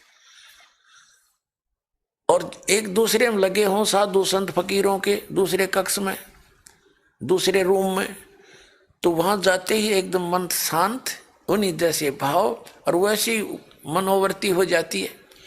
और जब तीसरे कक्ष में जाता हो जिसमें लगे हो सूरवीर शहीदों के और सूरवीरों के चित्र, तो वहां जाते अपने आप उसका स्वभाव वैसा ही हो जाता है, उनकी कथाएं याद आ जाती हैं, उन्होंने ऐसा किया था, ऐसा किया था, तो उनका ऐसे ही मनोवृत्ति बन जाती है व्यक्ति की वहां जाती। ठीक इसी प्रकार इसने इस ब्रह्मलोक के ऊपरी स्थान पर गुप्त बना रखा है, एक ऐसी रेखा खींच रखी है, जैसे लक्ष्मण रेखा आपने सुनी होगी, ऐसी रेखा बना रखी है, वहां इसके आज्ञा के बिना कोई प्रवेश नहीं कर सकता। ये अपनी कृपा से ही किसी को चाहे तो ऊपर ले जा सकता है, जैसा गीता अध्याय नंबर 11 के श्लोक नंबर 47 से लेकर और 54 तक इसने कहा है। तो इसने वहां ऐसी स्थिति बना रखी है, 3 स्थान बना रखे, एक रजोगुण प्रधान, एक सतोगुण प्रधान, तीसरा जो है तमोगुण प्रधान। और प्रत्येक उस क्षेत्र में ये स्वयं भी चतुर्भुज रूप में रहता है और अपनी पत्नी दुर्गा को भी ये अन्य रूप बनाकर रहता है, और उनके दोनों के संयोग से सृष्टि क्रम से जो पुत्र उत्पन्न होता है वो उन्हीं गुणों से युक्त हो जाता है, वैसी शकल हो जाती है उसकी, और फिर उनको तीनों को नीचे छोड़ देता। जब तक वो युवा होते हैं उनको कोमा में रखता है और उनकी परवरिश जारी रखता है। पुण्यात्मा, आज से 50 वर्ष पहले यदि दास ये कहता कि कोमा में रखता है और उसका परवरिश जारी रखता है तो किसी का जच्चा नहीं हो। और आज तो ये आम और ये चीज, बहुत से ऐसे व्यक्ति हैं जो 10-10 वर्ष से 20-20 वर्ष से कोमा में पड़े हैं, घर वाले उसकी संभाल कर रहे हैं, दूध नली के माध्यम से डाल देते हैं, वो टट्टी पेशाब उसकी धोते रहते हैं और जीवित है। तो ऐसे वो कोमा में रखता है तो अब आपके समझ में आओगा कि वो अब यहाँ पहुंच गए हैं ब्रह्मा विष्णु में, इस उसमें बैठकर विमान में। अब वो यहाँ पहुंच गए ब्रह्मलोक में। ये ब्रह्मलोक था, इंद्र का दीप देखा, ये यहाँ बहुत बड़े सुंदर वन हैं, ये देखिए, और फिर ये यहाँ पहुंच गए। अब वो सबसे पहले ब्रह्मा, दूसरा ब्रह्मा दिखाई दिया, यहाँ पहुंचा, ये यहाँ बैठा था इस रूप में, ये काल भगवान चतुर्भुज रूप में, ब्रह्मा के रूप में। फिर पहुंचे ये विष्णु के रूप में, फिर पहुंचे शिव के शिव रूप में रहता जिसमें तमोगुण प्रधान क्षेत्र में, वहां जाकर उसने ऐसा रूप बना लिया विमान से पहले 1 सेकंड में, और फिर ये यहाँ पहुंचे। अब इसकी सारी आपको प्रकरण सुनाते हैं। अब हमने देवी भागवत फिर उठा ली है, 118 पृष्ठ पर आगे हम तीसरा स्कंद पढ़ रहे हैं, श्री देवी भागवत का तीसरा स्कंद यहाँ पढ़ रहे हैं। अब यहाँ आगे हम, इतने में हमारा विमान तेजी से चल पड़ा, ब्रह्मा जी बता रहे हैं व्यास जी, नारद जी को। दिव्य धाम ब्रह्मलोक में पहुंचा। संपूर्ण देवता उस नगर के सामने मस्तक झुकाया करते हैं। वहां एक दूसरे ब्रह्मा विराजमान थे, एक ब्रह्मा तो विमान में और दूसरा आगे बैठा वो काल था। वहां एक दूसरे ब्रह्मा विराजमान थे, उन्हें देखकर भगवान शंकर और विष्णु को बड़ा आश्चर्य हुआ। वहां पर सभा लगी थी। भगवान शंकर और विष्णु ने पूछा, मुझसे पूछा, चतुरानन ये महा अविनाशी ब्रह्मा कौन है? मैंने उत्तर दिया, मुझे कुछ पता नहीं, सृष्टि के अधिष्ठाता ये कौन है भगवान? मैं कौन हूँ, ये कौन है, और हमारा क्या उद्देश्य है? इस उलझन में मेरा मन चक्कर काट रहा है। इतने में मन के समान तीव्रगामी वह विमान तुरंत वहां से चल पड़ा और कैलाश के सुरम्य शिखर पर जा पहुंचा। वहां एक शंकर और देखा। वहां विमान के पहुंचते ही एक भव्य भवन से त्रिनेत्रधारी भगवान शंकर निकले। वे नंदी वर्ष पर बैठे थे, उनके 5 मुख थे और 10 भुजाएं थी, मस्तक पर चंद्रमा सुशोभित था। ये काल है वहां पर शिव रूप में। अक्षर भर के बाद वह विमान उस शिखर से भी पवन के समान तेज चाल से उड़ा और बैकुंठ लोक में पहुंच गया, जहां भगवती लक्ष्मी का विलास भवन था। बेटा नारद, वहां मैंने जो संपत्ति देखी उसका वर्णन करना मेरे लिए असंभव है। उस उत्तम पुरी को देखकर विष्णु का मन आश्चर्य के समुद्र में गोते खाने लगा। जो विमान में बैठा था काल का पुत्र विष्णु, ब्रह्मा जी कह रहे हैं, जब हम दूसरे एक विष्णु लोक में पहुंचे, वो काल का लोक है वहां पर, कहते वहां देखकर उस सतीथि को विष्णु का भी सिर चक्कर खा गया। देखिए, उस उत्तम पुरी को देखकर विष्णु का मन आश्चर्य के समुद्र में गोते खाने लगा। वहां कमल लोचन हरि विराजमान थे। वो काल बैठा था विष्णु लोक में, विष्णु रूप में। अलसी के फूल के समान उनकी श्री विग्रह की कांति थी। पीताम्बर पहने थे, 4 भुजाएं थी। ये है वो काल ने कहता ना, ये 4 भुजा का रूप भी मैं अपनी कृपा से ही दिखा सकता हूँ। 4 भुजाएं थी। वे पक्षी राज गरुड़ पर विराजमान थे। दिव्य आभूषणों से उनकी अनुपम शोभा हो रही थी। प्राण प्रिया लक्ष्मी चंवर डुला रही थी। उन सनातन श्री हरि की झांकी पाकर हम भी भौचक्के से रह गए। एक दूसरे से देखते हुए हम विमान में एक उत्तम आसन पर बैठे रहे। इतने में ही पवन से बातें करता हुआ वह विमान तुरंत उड़ गया। आगे अमृत के समान मीठे जल वाला समंदर मिला। उसका जल बड़ा ही मधुर था। अब हम 119 पृष्ठ पर आगे तीसरा स्कंद पढ़ रहे हैं श्रीमद् देवी भागवत का। उस आगे चले गए समुद्र में, वहां एक मनोहर द्वीप था। उस समुद्र के बीच में मनोहर द्वीप था, एक टापू था, और उस द्वीप में, उस टापू में एक मंगल में मनोहर पलंग बिछा था। उस पलंग में सुंदर रत्न जड़े थे। उस उत्तम पलंग पर एक दिव्य रमणी बैठी थी। वे ऐसी प्रभावपूर्ण देवी थी मानो करोड़ों बिजलियां एक साथ चमक रही हों। अत्यंत सुंदर मुख था, लाल लाल दांत थे, करोड़ों लक्ष्मियों से भी अधिक वह सुंदर थी। ये कौन थी? अब वहां एक और ब्रह्मा देखा, एक और विष्णु देखा, एक और शिव देखा। वो कौन था? ये काल था। वह चतुर्भुज रूप में रहता है, ये विष्णु रूप बना लेता है, कभी शिव रूप बना लेता है, कभी ब्रह्मा रूप बना लेता है। और उन्हीं रूपों में रहकर इसने अपने पुत्रों को उसी अनुसार उत्पन्न कर रखा है, दोनों ने, दुर्गा ने, इसने। अब आगे क्या देखा कि दुर्गा का एक अलग द्वीप है, वहां अकेली रहती है, वहां रहती है, उसके साथ और भी अनेक औरतें रहती है। तो अब वहां पहुंच गए उस टापू में, और वहां जाकर के वर्णन देख रहे हैं कि वहां क्या देखा उसने। उस वह दुर्गा थी, वहां पहुंच गई अन्य रूप बना के। देखना, उस उत्तम पलंग पर एक दिव्य रमणी बैठी थी, सुंदर औरत बैठी थी। ये लाल लाल दांत थे, वो ऐसी प्रभावपूर्ण देवी थी और सुंदर, अधिक सुंदर थी लक्ष्मियों से भी। यहां आगे हम उन्हें देखकर हम सभी महान आश्चर्य में पड़ गए। कुछ समय तक हम वहीं ठहरे रहे, आपस में कहने लगे, यह सुंदरी कौन है, इसका क्या नाम है, हम इसके विषय में बिल्कुल अनभिज्ञ हैं। नारद यों संदेहग्रस्त होकर हम लोग वहां रुके रहे। तब भगवान विष्णु ने उन चारों सिहिनी भगवती को देखकर विवेक पूर्वक निश्चय कर लिया कि वे भगवती जगदम्बिका हैं। तब उन्होंने कहा कि ये भगवती हम सभी की आदि कारण है, महाविद्या महामाया इनके नाम है, ये पूर्ण प्रकृति है।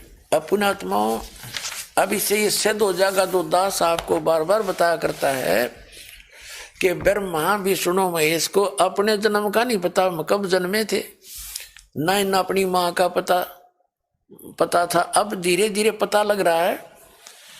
ये क्या बता रहे हैं कि हमने उस औरत को देखा, स्त्री को, तो हम समझ नहीं पाए कौन है, क्योंकि उनकी बुद्धि में पत्थर पड़ गए थे, जन्म होते ही बेहोश कर दिए थे।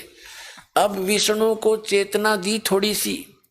अब विष्णु जी क्या बताता है कि मेरा कुछ याद आवे थोड़ी थोड़ी, कि जब मेरा जन्म हुआ, ये मुझे पालने पर झुला रही थी, ये वही दिखा है, अपनी माता है। देखिएगा, अब हम 120 पृष्ठ पर आ गए, इस पे हम पढ़ रहे हैं। यहाँ पर अब विष्णु जी कह रहे हैं, ये वे ही दिवांगना हैं जिनके प्रलय वर्ण में जो पानी ही पानी था, मुझे दर्शन हुए थे। उस समय मैं बालक रूप में था, मुझे पालने पर ये झुला रही थी। वट वृक्ष के पत्थर पर एक सुदृढ़ सैया बिछी थी, उस पर लेटकर मैं पैर के अंगूठे को अपने कमल जैसे मुख में लेकर चूस रहा था। उन्हें देखकर मुझे पहले की बात याद आ गई, ये हम सब की जननी है। ये विष्णु जी के शब्द हैं। अब भगवान विष्णु अपनी स्तुति करता हुआ आ रहा है अपनी माता की। अब यहां आगे 123 पृष्ठ पे, अब यहां क्या कहता है, विष्णु जी स्तुति कर रहा है कि तुम शुद्ध स्वरूपा हो दुर्गा से, सारा संसार तुम्ही से उद्भासित हो रहा है। मैं ब्रह्मा और शंकर, हम सभी तुम्हारी कृपा से विद्यमान है। हमारा आविर्भाव माने जन्म और तिरोभाव माने मृत्यु हुआ करता है। केवल तुम ही नित हो, जगत जननी हो, प्रकृति और सनातनी देवी हो। प्रकृति शब्द याद रखना, श्रीमद् भगवद गीता अध्याय नंबर 14 के श्लोक 3 से लेकर 5 में आपको प्रमाणित किया जाएगा कि प्रकृति कौन है, ये दुर्गा है। और गीता ज्ञान दाता कौन है, वो ब्रह्म है, वो काल है। वो खुद कहता है कि ये प्रकृति से उत्पन्न, प्रकृति मेरी पत्नी है, मैं इसके पेट में बीज स्थापित करता हूँ, उससे सब की उत्पत्ति होती है। और ये रजगुण ब्रह्मा सतगुण विष्णु तीनों गुण प्रकृति से उत्पन्न हुए हैं। रजगुण ब्रह्मा सतगुण विष्णु तम गुण शिव जी दुर्गा से उत्पन्न हुए।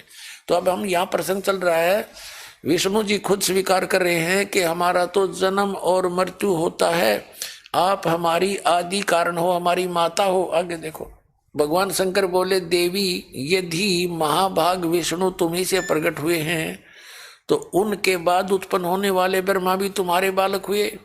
फिर मैं तमोगुणी लीला करने वाला शंकर क्या तुम्हारी संतान नहीं हुआ? अर्थात मुझे भी उत्पन्न करने वाली तुम ही हो। शिवे संपूर्ण संसार की सृष्टि करने में तुम बड़ी चतुर हो।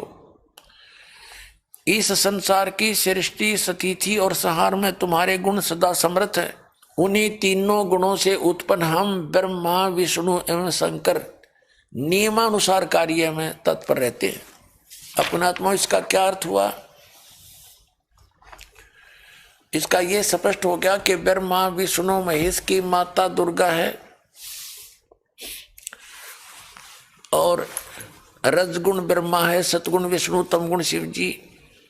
और ये तीनों के तीनों इनका जन्म मृत्यु होता है, स्वयं स्वीकार करते हैं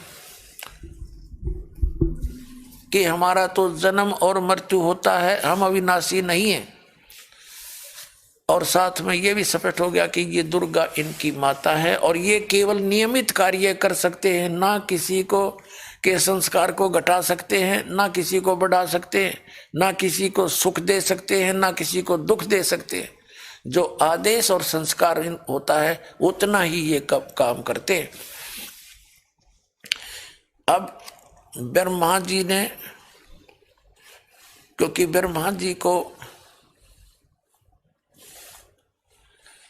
चारों वेद प्राप्त हुए थे पहले सागर मंथन में, तो ब्रह्मा जी ने वेदों में पढ़ा, उसमें लिखा कि एकम अद्वितीयम ब्रह्म, एक ही परमात्मा है, दूसरा नहीं है।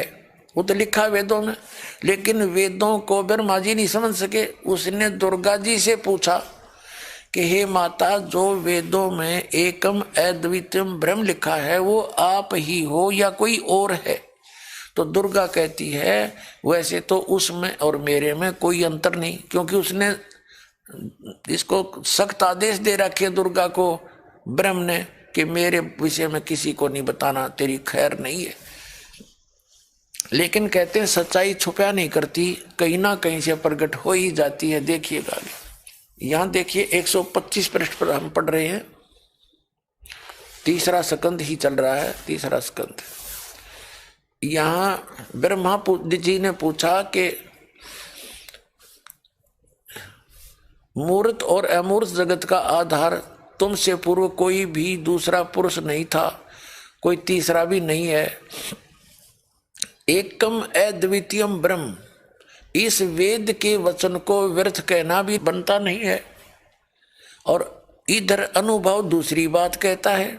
इस प्रकार वेद वाक्यों में और अनुभव में अत्यंत विरोध उत्पन्न हो रहा है। वेद कहते हैं एकम अद्वितीयम ब्रह्म है, तो क्या वह आत्म स्वरूपा तुम ही हो अथवा कोई और ही है, और ही पुरुष है?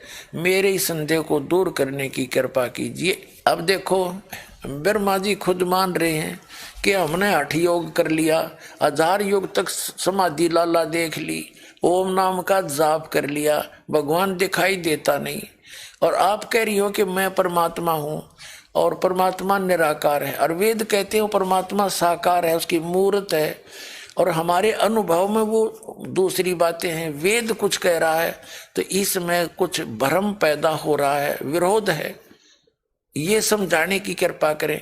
वो एकम अद्वितीय ब्रह्म आप हो या कोई और है? अब दुर्गा क्या कहती है कि मेरे में उसमें कोई अंतर मत समझो, होगे तो फिर। अब ब्रह्मा जी कहते हैं कि इस प्रकार मैंने जब भगवती जगदम्बा से विनय पूर्वक पूछा, तब वे मधुर वाणी में मुझसे कहने लगी कि देवी ने कहा मैं और ब्रह्म एक ही हैं। देखो यहाँ कह रहा मैं और ब्रह्म एक ही हैं, बोली झूठ, युवा के दिखाते हैं। मुझ में और ब्रह्म, इन ब्रह्म में किंचित मात्र भी भेद नहीं है। जो वे हैं मैं हूँ और जो मैं हूँ वही वे हैं। बुद्धि के भ्रम से प्रतीत हो रहा है, हम लोगों के सूक्ष्म भेद को न जानता है वही। अब हम 129 पृष्ठ पर आते हैं। हमें एक सारांश लेना, इसका तीसरा स्कंद ही चल रहा है। 129 पृष्ठ पे यहाँ आगे है।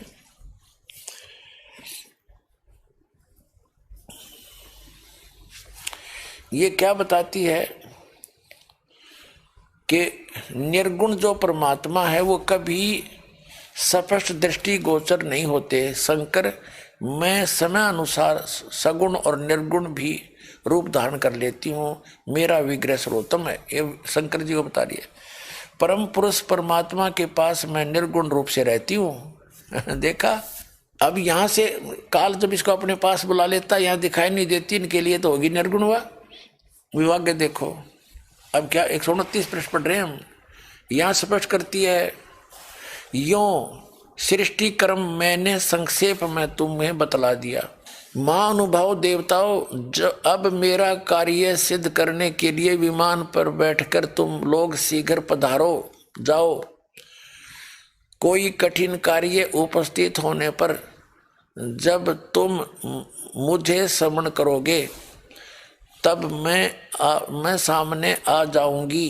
देवताओं, मेरा तथा सनातन परमात्मा का ध्यान तुम सदा करते रहना। हम दोनों का समन करते रहोगे तो तुम्हारे कार्य सिद्ध होने में किंचित मात्र भी संदेह नहीं रहेगा। ये हो गया ना दो। कहते चोर चुरावे तुमड़ी गड्ढे पानी में, वो गड्ढे हुआ ऊपर आओ, सच्चाई छनी ना। इससे ये स्पष्ट हो गया कि जो दास आपको बताना चाह रहा था,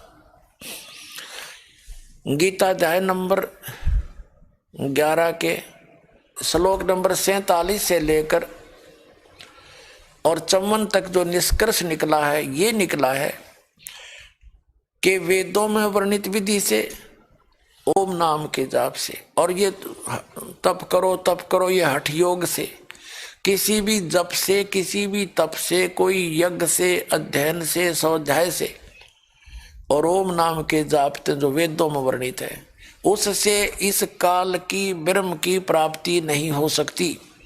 जिस कारण से अभी ब्रह्मा जी ने कहा कि हमारा अनुभव तो कहता भगवान निराकार है, वेद कहते हो भगवान साकार है, वो तो आप ही हो या कोई और है। दुर्गा झूठ बोल रही है पहले तो कि मैं और वो एक ही हूँ, मैं ही सगुण हो जाती हूँ, मैं ही निगुण हो जाती हूँ, निर्गुण। और फिर लास्ट में कहते सच्चाई छुपा नहीं करती, कभी ना कभी प्रकट होकर रहेगी। लास्ट में कहती है कि तुम्हारे ऊपर कोई मुसीबत आवे तो मुझे याद करने ना, मैं आ जाऊंगी, और मेरा और उस सनातन परमात्मा का, हम दोनों का सिमरन करते रहना, जब तुम्हारा सफल काम होगा। होगे तो, और पहले झूठ बोल रही थी मेरे मंत्र ना समझो, मैं ही हूँ सब कुछ। तो पुण्यात्माओं, जो दास परमात्मा कबीर देव ने, अल्लाह अकबर ने जो सृष्टि की रचना सुना रखी है, अपने द्वारा रची हुई सृष्टि को परमात्मा ही ठीक ठीक सुनाते हैं। तो उसको जब दास आपको सुनाता है तो ये जो प्रकरण अब आपने सुना है, ये आपके सहयोग देगा उसको समझने में। अब दूसरा ये कंसेप्ट क्लियर हो गया कि जिसमें ये कहा है कि मेरा जो चतुर्भुज रूप आपने देखा अर्जुन, और इस चतुर्भुज रूप को भी देखना नहीं देखा जा सकता, ना वेदों वर्णित विधि से, ना किसी जप से, ना तप से। मेरे अनन्य भक्त को चाहूं तो उसको ऊपर विमान में ले जाकर ऐसे चतुर्भुज रूप दिखा सकता हूं, बाकी किसी जप तप से नहीं हो सकता। इति सिद्धम, वेदों में वर्णित विधि से परमात्मा प्राप्ति नहीं हुई, जिस कारण से इन सभी ने पूरी अपने हठ योग कर करके सिर मार के पटक कर बैठ के और लास्ट में अपना अनुभव कथ कर रख दिया कि परमात्मा निराकार है।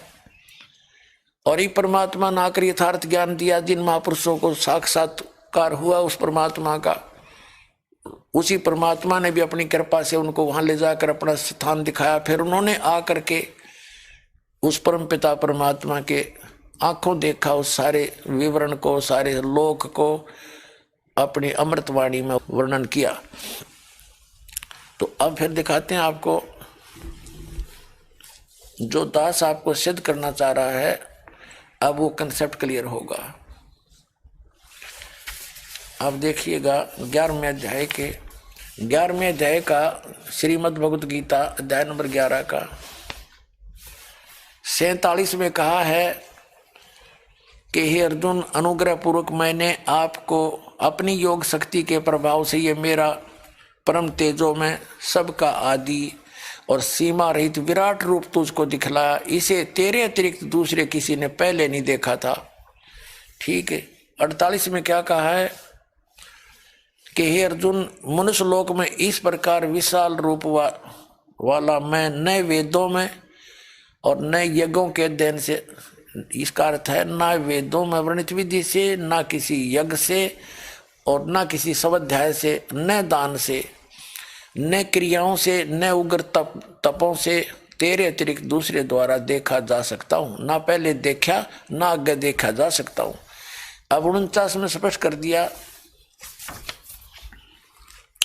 और कहा कि मेरे इस प्रकार के इस विकराल रूप को यानी इस काल रूप को देखकर तुझको व्याकुल नहीं होना चाहिए और मूढ़ भाव को भी नहीं होना चाहिए। तू भय रहित हो और प्रतियुक्त मन वाला होकर उसी मेरे उस चतुर्भुज रूप को फिर देख। अब 50 में क्या कहा है, अब संजय बता रहा है। संजय वासुदेव ने, क्योंकि संजय भी उसको कृष्ण मान रहा था, सारी कला कृष्ण की मान रखी थी उसने, लेकिन वास्तव में श्री कृष्ण नहीं था। तो खुद कहता है कि अब मैं अपनी योग माया से छुपा रहता हूँ। 7वें अध्याय के गीता के 24 और 25 मंत्र में कि मूर्ख लोग मुझे कृष्ण मान रहे होंगे, मुझे व्यक्ति को व्यक्ति रूप में आप न मनते, कृष्ण रूप माया मानते, मैं अपनी योग माया से छुपा रहता हूँ, मैं कभी किसी के प्रकाश सामने नहीं आता। तो यहाँ संजय बता रहा है, संजय देख रहा है, उसको श्री कृष्ण की लीला मान रहा था सारी। वासुदेव भगवान ने अर्जुन के प्रति इस प्रकार कहकर फिर वैसे ही अपने चतुर्भुज रूप को दिखलाया और फिर महात्मा श्री कृष्ण सौम्य रूप मूर्ति होकर इस भयभीत अर्जुन को धीरज दिया। अब क्या उन्होंने कहा है, हे जनार्दन, आपके इस अति शांत मनुष्य रूप को देखकर अब मैं स्थिरचित होकर हो गया हूँ, अपनी स्वाभाविक स्थिति को प्राप्त हो गया। अब मुझे डर नहीं लग रहा तुझे तेरे से। 52 में कहा कि अर्जुन योग काल कहता है भगवान कि मेरा जो चतुर्भुज रूप तूने देखा ईब, यह सुदर्श, यह बड़ी मुश्किल से यानी सुदुर्लभ है, इसका भी जल्दी से दर्शन नहीं होता, इसके दर्शन बड़े दुर्लभ हैं। और देवता भी सदा इस रूप के दर्शन की आकांक्षा किया करते। 53 में कहा है, जिस प्रकार तुमने मुझको देखा इस प्रकार चतुर्भुज रूप वाला मैं न वेदों से, न तप से, न दान से, न यज्ञ से देखा जा सकता हूँ। फिर क्या कहते चमन पे, हे प्रणतम अर्जुन, अनन्य भक्ति के द्वारा इस प्रकार चतुर्भुज रूप वाला मैं प्रत्यक्ष देखने के लिए, तत्व से जानने के लिए और प्रवेश होने के लिए वो खाता है सबको, मुझे खाने के लिए, तो मैं शक्य हूँ, तो मैं देख सकते हो मुझे। तो 55वां और दिखा दो, लास्ट वाला, कोई न सोचा भरम रह जा। हे अर्जुन, जो पुरुष केवल मेरे ही लिए संपूर्ण कर्तव्य कर्मों को करने वाला है, मेरे प्राण है, मेरा भक्त है, आसक्ति रहित है, संपूर्ण भूत प्राणियों में वैर भाव से रहित है, वह अनन्य भक्ति युक्त मुझको ही प्राप्त होता है। इसका क्या भावार्थ है? निष्कर्ष निकल गया कि जो चतुर्भुज रूप भी मेरा तूने देखा, ये भी देवता भी नहीं देख सकते इसको, ना किसी वेदों वर्णित विधि से, ना किसी जप से, ना तप से। मैं अपनी कृपा से अब उनको दिखाने के लिए दूर से और मुझे जान ले और मेरे में प्रविष्ट होने के लिए खाता तो है सबको, तो शक्य हूँ। फिर कहता है कि अब जो मुझे ही सर्वेस्वा मानते हैं, अंत में वो मुझे ही प्राप्त होते हैं, यानी काल के जाल में ही रह जाते। आज पुण्यात्माओं, आज के सत्संग का जो निष्कर्ष है, दास ने सबसे पहले ये प्रार्थना की थी कि जितने भी वर्तमान के जितने धर्म के धर्मी अनुयायी फॉलोअर हैं, वो अपने अपने सदग्रंथों से भी परिचित नहीं है। इस दास के ऊपर उस परम पिता परमात्मा ने, अल्लाहु अकबर ने, उस परम अक्षर ब्रह्म ने, पूर्ण परमात्मा ने, कबीर देव ने कृपा की है। इन सभी सदग्रंथों का निष्कर्ष दिया है दास को, इतनी बुद्धि दी है ताकि मैं इनको निर्णायक तरीके से समझ सकूं। तो उन सभी ग्रंथों को जाना है, जैसा कि आपके रूबरू बहुत बार कर चुका हूं कि परमात्मा साकार है, नर आकार है, मनुष्य दृश्य है। और जो कुरान शरीफ का ज्ञान दाता है वो भी ये ब्रह्म है, वेदों का ज्ञान दाता है वो भी ब्रह्म है, क्योंकि इसके अंदर प्रवेश कर दिए थे, इसके मुख से बोले गए हैं। और गीता जी का ज्ञान दाता भी ये ब्रह्म है। और उसके बाद जो पवित्र बाइबल में सृष्टि रचना की उस पूर्ण परमात्मा ने उत्पत्ति ग्रंथ में प्रमाण है। 6 दिन में सृष्टि रच के ये अल्लाहु अकबर यानी वो पूर्ण परमात्मा तो अपने निज स्थान पर चला गया। उसके बाद यहाँ की बागडोर इस काल ने संभाल ली और इस काल ने अपने पुत्रों को, इन तीनों को, रजगुण ब्रह्मा, सतगुण विष्णु, तमगुण शिव जी को यहाँ का कंट्रोलर बना रखा है। यही सभी धर्मों को कंट्रोल कर रहे हैं। इनके आगे देवता इनके अंतर्गत आते हैं, जिनको मुसलमान धर्म के भाई जो है फरिश्ते बोलते हैं और ईसाई धर्म के लोग भी फरिश्ते बोलते हैं। जब तक हम परमात्मा की परिभाषा से परिचित नहीं होते तब तक हम ऐसे ही भ्रमित रहते हैं। जैसे एक मुसलमान भाई प्रवक्ता, जिसके विषय में पहले भी जिक्र किया है, वो कहता है कि हिंदू धर्म के लोग सभी को भगवान मानते हैं। वो सूर्य को भी देवता मानते हैं, खुदा मानते हैं। वो अग्नि को भी खुदा मानते हैं, पृथ्वी को भी खुदा मानते हैं, वायु को भी खुदा मानते हैं और सांप को भी खुदा मानते हैं। शेषनाग की तरफ संकेत है उनका। और हम मुसलमान, वो कहता है हम मुसलमान मानते हैं सब खुदा का है। तो कहने का भाव ये है कि जो बिल्कुल आध्यात्मिक ज्ञान से परिचित नहीं है व्यक्ति, वो ऐसी ही बातें किया करता है। जैसा कि गीता अध्याय नंबर 4 के श्लोक 25 से लेकर 31-30 तक कहा है कि कुछ जो साधना कर रहा है, जिसको जितना ज्ञान है उसको फाइनल मान चुका है। लेकिन वो वास्तविक ज्ञान तो सच्चिदानंद घन ब्रह्म ने अपने मुख से बोले ज्ञान में है, वो तत्वदर्शी संतों के पास है। वो तत्वदर्शी संत कौन है? वो गीता ज्ञानदाता से भी अन्य है, उसका ज्ञान गीता में भी नहीं है, और कुरान शरीफ का ज्ञानदाता से भी अन्य है वो तत्वदर्शी संत, और वो ज्ञान भी उससे अन्य है। और वेदों के ज्ञानदाता से भी वो ज्ञान अन्य है, और वो तत्वदर्शी संत भी अन्य है, और वो परमात्मा भी अन्य है।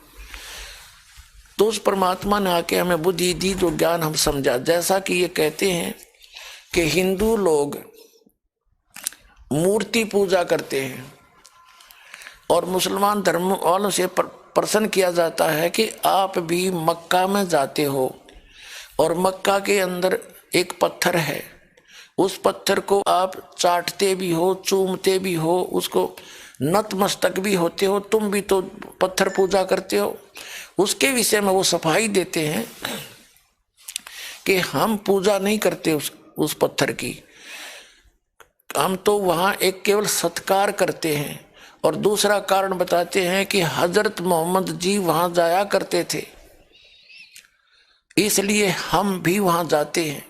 बाकी हम पूजा नहीं करते। पूजा तो एक ऑलमाइटी गॉड की करते हैं, अल्लाह ताला की करते हैं।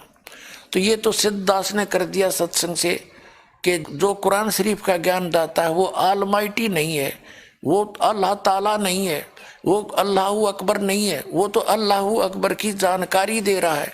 सूरत फुरकानी 25 की आयत नंबर 52 से लेकर 59 में स्पष्ट कर दिया। अब ये समाधान करते हैं कि हिंदू लोग सबको खुदा मानते हैं, देवता मानते हैं, भगवान मानते हैं और मूर्ति की पूजा करते हैं। इस दास का जन्म बाई बर्थ हिंदू धर्म के अंदर हुआ और दास भी मूर्ति भी रखता था और विष्णु जी की को अपना इष्ट मानता था और शंकर भगवान को भी इष्ट मानता था। यानी सभी देवताओं को आदरणीय और इष्ट मानते थे बिना ज्ञान के। अब ज्ञान से पता चला तो फिर भी हम विष्णु जी की मूर्ति भी रखते थे, लेकिन मूर्ति की पूजा नहीं करते थे, सत्कार करते थे, उसको देखकर उसको प्यार करते थे, अच्छा लगता था भगवान। लेकिन हम मूर्ति पूजा कहाँ से शुरू की? हमारे ऋषि महर्षि इनकी पूजा करते आए तो हम भी करने लग गए। यानी इनको मूर्ति रखना पाप नहीं है। जैसे आपके दादा परदादा की कोई मूर्ति है, पिताजी की फादर की मूर्ति है, माँ की मूर्ति है, तो उस मूर्ति को रखने में क्या पाप है भाई? कोई दोष नहीं। और उसको नमस्कार भी कर दिया सत्कार से तो वो भी पाप नहीं। मतलब कहने का भाव ये है कि हम किसी मूर्ति को रखते हैं, अपने माता पिता को, की मूर्ति है तो वह बुरी नहीं है, लेकिन उसको भगवान मान के पूजना ये गलत है। तो हम मूर्ति की पूजा, जैसे हिंदू धर्म से दास खूब परिचित है, ये बेसिक मूर्ति का फूल भी चढ़ावे हैं, उसने नवावा दवावा भी है और उसका आगे धूप दाप भी दे हैं, पर पूजा तो उससे भिन्न ही करते हैं। कोई किसी मंत्र का जाप करता है, कोई गीता का पाठ करता है, कोई पुराण का पाठ करता है। और फिर भी इनसे कोई पूछता है, जैसे दास विष्णु जी का पुजारी था, हनुमान जी का, बाबा श्याम जी का, यानी जैसे सारे ही देवताओं के हम तो पुजारी थे जब तक ज्ञान नहीं था। तो फिर भी हमसे कोई पूछता था कि समाधि ध्यान लगाया करो, ध्यान लगाते क्या देखा कि भगवान तो दिखता ही नहीं, वो तो निराकार है। हम फिर भी अन्य परमात्मा को परमात्मा मानते थे, विष्णु जी को अपना इष्ट मानते हुए, साकार मूर्ति रखते हुए भी हम भगवान को कोई अन्य ही माना करते थे। ये हमारा डामाडोल ज्ञान था। अब परमात्मा, जैसे मुसलमान भाई कहते हैं कि हिंदू सब मानते सब खुदा है, तो ये उनकी अल्पज्ञता है, अध्यात्म ज्ञानहीनता है। जैसे वो भी मानते फरिश्ते हैं, उनको देवता कहते फरिश्ते को, हम भी मानते फरिश्ते हैं और देवता है, और वो भी मानते हैं मुसलमान भाई के पूर्ण परमात्मा तो एक ही है, हम भी मानते हैं एक ही है। कहने का भाव ये है कि हम परिभाषा प्रभु की से अपरिचित है, तो 10 मिनट के अंदर आपको परिभाषा प्रभु की बताते हैं। जैसे एक तहसीलदार है, तहसीलदार को भी हम साहब कहते हैं, वो तहसील का मालिक है, स्वामी है। और फिर एसडीएम साहब है, वो से ऊपर है। फिर डिप्टी कमिश्नर साहब है, वो भी साहब कहलाता है, वो अपने डिस्ट्रिक्ट का मालिक है। फिर कमिश्नर साहब है। फिर मंत्री को भी हम साहब कहते हैं, मुख्यमंत्री को भी हम साहब कहते हैं, प्रधानमंत्री को भी हम साहब कहते हैं, और राष्ट्रपति जी को भी हम साहब ही कहते हैं। यानी ये सभी साहब हैं और सभी खुदा हैं। खुदा का मीन अपने सतर के स्वामी। तहसीलदार अपने सतर का साहब है, एसडीएम अपने सतर का साहब है, और डीसी अपने सतर का, मंत्री अपने सतर का, वो साहब है ही है। और मुख्यमंत्री अपने सतर का साहब है, प्रधानमंत्री अपने सतर का साहब है, और राष्ट्रपति ओवरऑल कंट्रोलर वो सब का साहब है। तो सभी साहब भी हैं और सभी उस खुदा के भी उस खुदा के हैं। यानी सभी साहब होते हुए जितने मंत्री मुख्यमंत्री हैं, और ये सब उसके हैं, किसके? राष्ट्रपति के। उस सभी राष्ट्रपति के हैं, ये उस एक खुदा के हैं हम सभी। लेकिन ये सभी अपने सतर पर भी देवता भी हैं। उनका ये सोच अध्यात्म ज्ञानहीनता के कारण है कि हिंदू मानते हैं कि सब खुदा हैं। वो तो पृथ्वी को भी खुदा कहें, सूरज ने भी भगवान माने, पानी को भी, जल को भी भगवान मानते हैं, और पृथ्वी सबको। इसका भाव ये है कि जैसे यहाँ एक विद्युत मंत्री है, एक फॉरेस्ट मिनिस्टर है, तो विद्युत मंत्री कोई जड़ नहीं है, वो एक मनुष्य है। उसके अंतर्गत ये सारी इलेक्ट्रिक विभाग जो इलेक्ट्रिकल, ये सारे विभाग आते हैं। ऐसे ही जैसे कोई फॉरेस्ट मिनिस्टर है, वो कोई वृक्ष नहीं है, कोई जंगल समूह नहीं है, वो जंगल समूह का कंट्रोलर है। ऐसे ही जो सूर्य देवता है, उसका नाम सूर्य देव है, वो नर आकार है, एक चलती फिरती शक्ति है, और उसके अंदर जितने भी प्रकाश स्रोत हैं विश्व के, वो सारे उसके कंट्रोल में है। वो विद्युत मंत्री समझ लो। ऐसे ही जल को भी कहते देवता मान नहीं है। जल एक वरुण है, वरुण देवता है, वो उसको भी जल बोलते हैं। वरुण देवता है, वो जल के सभी स्रोतों का कंट्रोलर है। ऐसे ही एक पृथ्वी देवी है, वो सभी इन पृथ्वी ग्रहों का सबकी संचालक है। तो ऐसे ही हम सभी देवता अलग अलग हैं। अब ये हिंदू क्या मानते हैं कि सभी खुदा भी हैं, और ये सब जितने जिस सतर के खुदा हैं, स्वामी हैं, मालिक हैं, ये सब एक ही खुदा के हैं। इन सब का ओवरऑल कंट्रोलर केवल एक ही है, वो अल्लाहू अकबर है, वो कबीर है, this is the definition of God. ये उस परमात्मा की परिभाषा है। इसको ना समझकर हम भ्रमित हैं।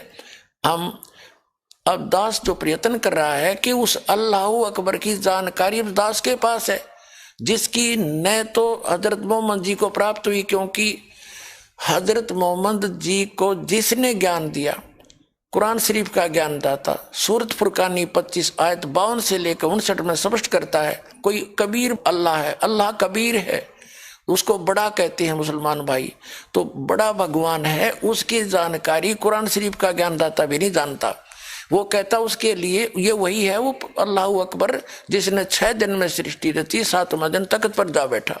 और उसकी खबर किसी बाखबर से पूछो, इससे सबसिद्ध है कि कुरान शरीफ का ज्ञान दाता भी उस अल्लाह अकबर के से अपरिचित है, उसकी ना भक्ति से परिचित है, ना उसके ज्ञान से परिचित है। वो कौन है, कहाँ है, उससे भी परिचित नहीं है।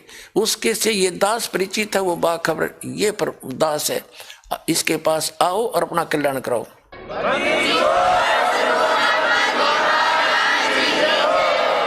इसी प्रकार वेद ज्ञानदाता भी ये ब्रह्म है, जो कुरान शरीफ का ज्ञानदाता, जो कभी सामने नहीं आता, पर्दे के पीछे से गुप्त होकर आकाशवाणी करता है या किसी में प्रवेश होकर बोलता है।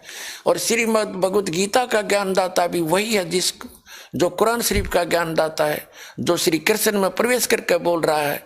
जैसे कुरान शरीफ का ज्ञानदाता हजरत मोहम्मद के अंदर प्रवेश करके उसके अंदर से आवाज़ निकल रही है, उसमें कभी फरिश्ते प्रवेश करते हैं, जैसे भी वो मानते हैं। तो ऐसे ही वो एक ही वही परमात्मा, यानी वो ब्रह्म सत्र का जो भगवान है, जो काल है, यही कुरान शरीफ का ज्ञानदाता, यही वेदों का ज्ञानदाता, और यही श्रीमद् भगवत गीता का ज्ञानदाता। श्रीमद् भगवत गीता अध्याय नंबर 4 के श्लोक नंबर 34 में गीता ज्ञानदाता भी कहता है कि मुझे ज्ञान नहीं उस परम अक्षर ब्रह्म का, जिसके विषय में यह कहता है कि अर्जुन 18वें अध्याय के 62वें श्लोक में तू सर्वभाव से उस परमेश्वर की शरण में जा, उसकी कृपा से ही तू परम शांति को और सनातन परम धाम को प्राप्त होगा। अपने विषय में गीता ज्ञानदाता कहता है 4थे अध्याय के 5 और 9 श्लोक में, दूसरे अध्याय के 12वें श्लोक में और 10वें अध्याय के दूसरे श्लोक में कि अर्जुन तेरे और मेरे बहुत जन्म हो चुके, तू नहीं जानता मैं जानता हूं। इसलिए वो क्या कहता है 15वें अध्याय के 4थे श्लोक में कि तत्वदर्शी संत के मिलने के उपरांत परमेश्वर के उस परम पद की खोज करनी चाहिए, जहां जाने के बाद साधक फिर लौटकर कभी संसार में नहीं आते। 18वें अध्याय के 62वें श्लोक में गीता ज्ञानदाता कहता है कि अर्जुन तू सर्वभाव से उस परमेश्वर की शरण में जा, उसकी कृपा से ही तू परम शांति को और सनातन परम धाम को प्राप्त होगा।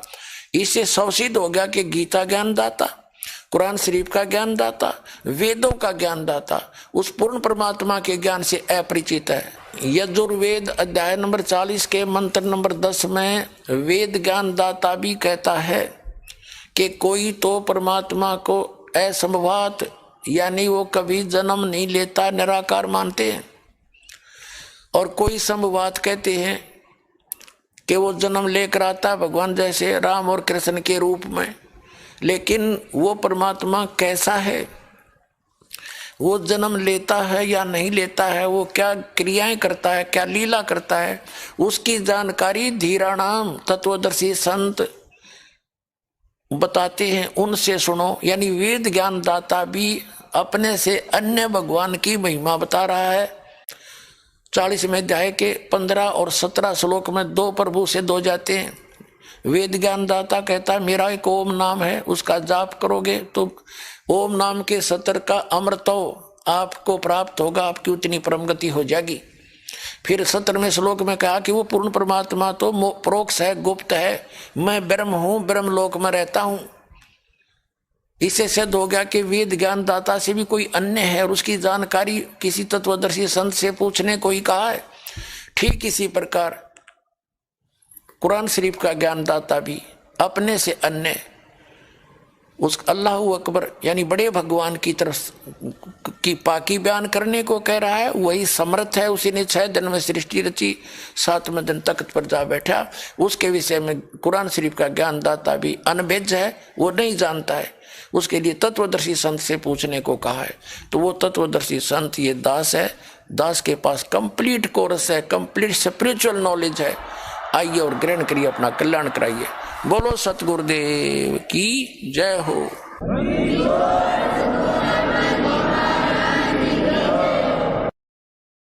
आइए अब हम उन श्रद्धालुओं के अनुभव जानते हैं जो जगत गुरु तत्वदर्शी संत रामपाल जी महाराज जी से दीक्षा प्राप्त कर चुके हैं तथा उनके द्वारा बताए गए भक्ति मार्ग पर चल रहे हैं। सर नमस्कार। नमस्कार सर क्या नाम है आपका?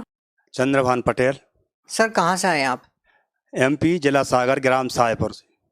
सर संत रामपाल जी महाराज से नाम दीक्षा कब ली? जून 2012 में।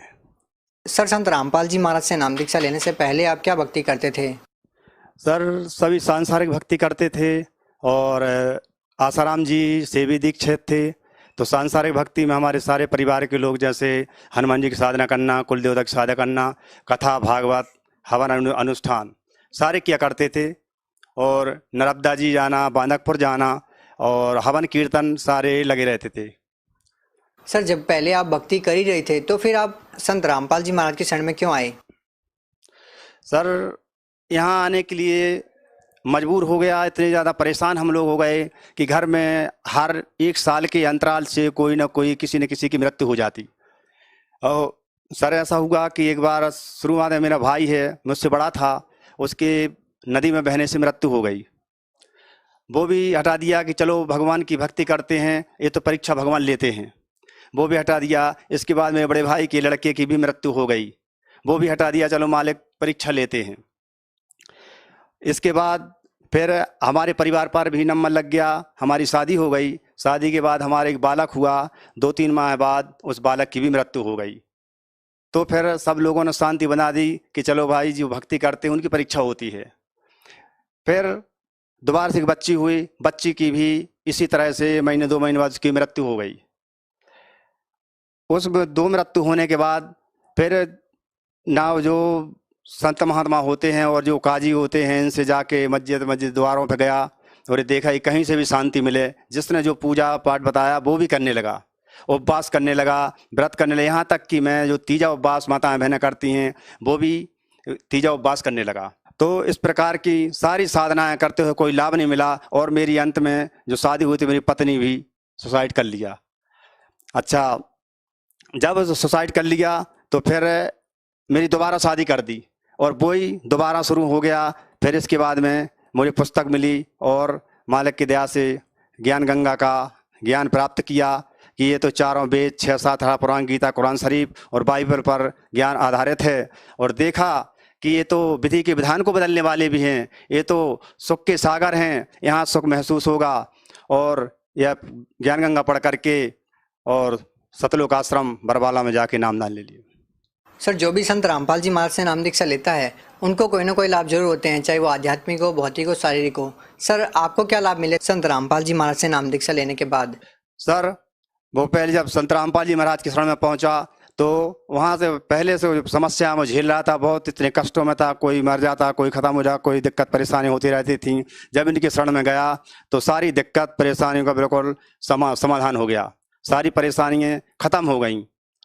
और भगत जी फिर इसके बाद हमारा स्वयं का एक्सीडेंट हो गया, वो हमारी गलती से हमारे जो कुछ भी है, जो भी नींद आ गई, कुछ भी मोटरसाइकिल से एक्सीडेंट हो गया और मेरे सामने दिख रहा है मेरा शरीर है जो यहाँ से ठाड़ा बिल्कुल नीचे तक फटा हुआ सारा चेहरा और यहाँ नीचे भी प्लेटें डली हुई हैं। सर मैं सरकारी हॉस्पिटल में जब भर्ती कराया गया तो मुझे 3 दिन कोई भी दवाई नहीं की गई, क्योंकि उन्होंने यहाँ पर मुझे पकड़ के बांध दिया था, ऐसा टाँके नहीं डाले थे और यहाँ बांध दिया था और कहते थे भाई इसमें कुछ नहीं है, इसमें तो बस इसको आज या कल में तो ख़त्म हो जाएगा। तो हमारे माता पिता ने सभी ने किया कि भाई ये तो ख़त्म हो जाएगा, ऐसा करो मालिक की दया से इसको कहीं रेफर करो।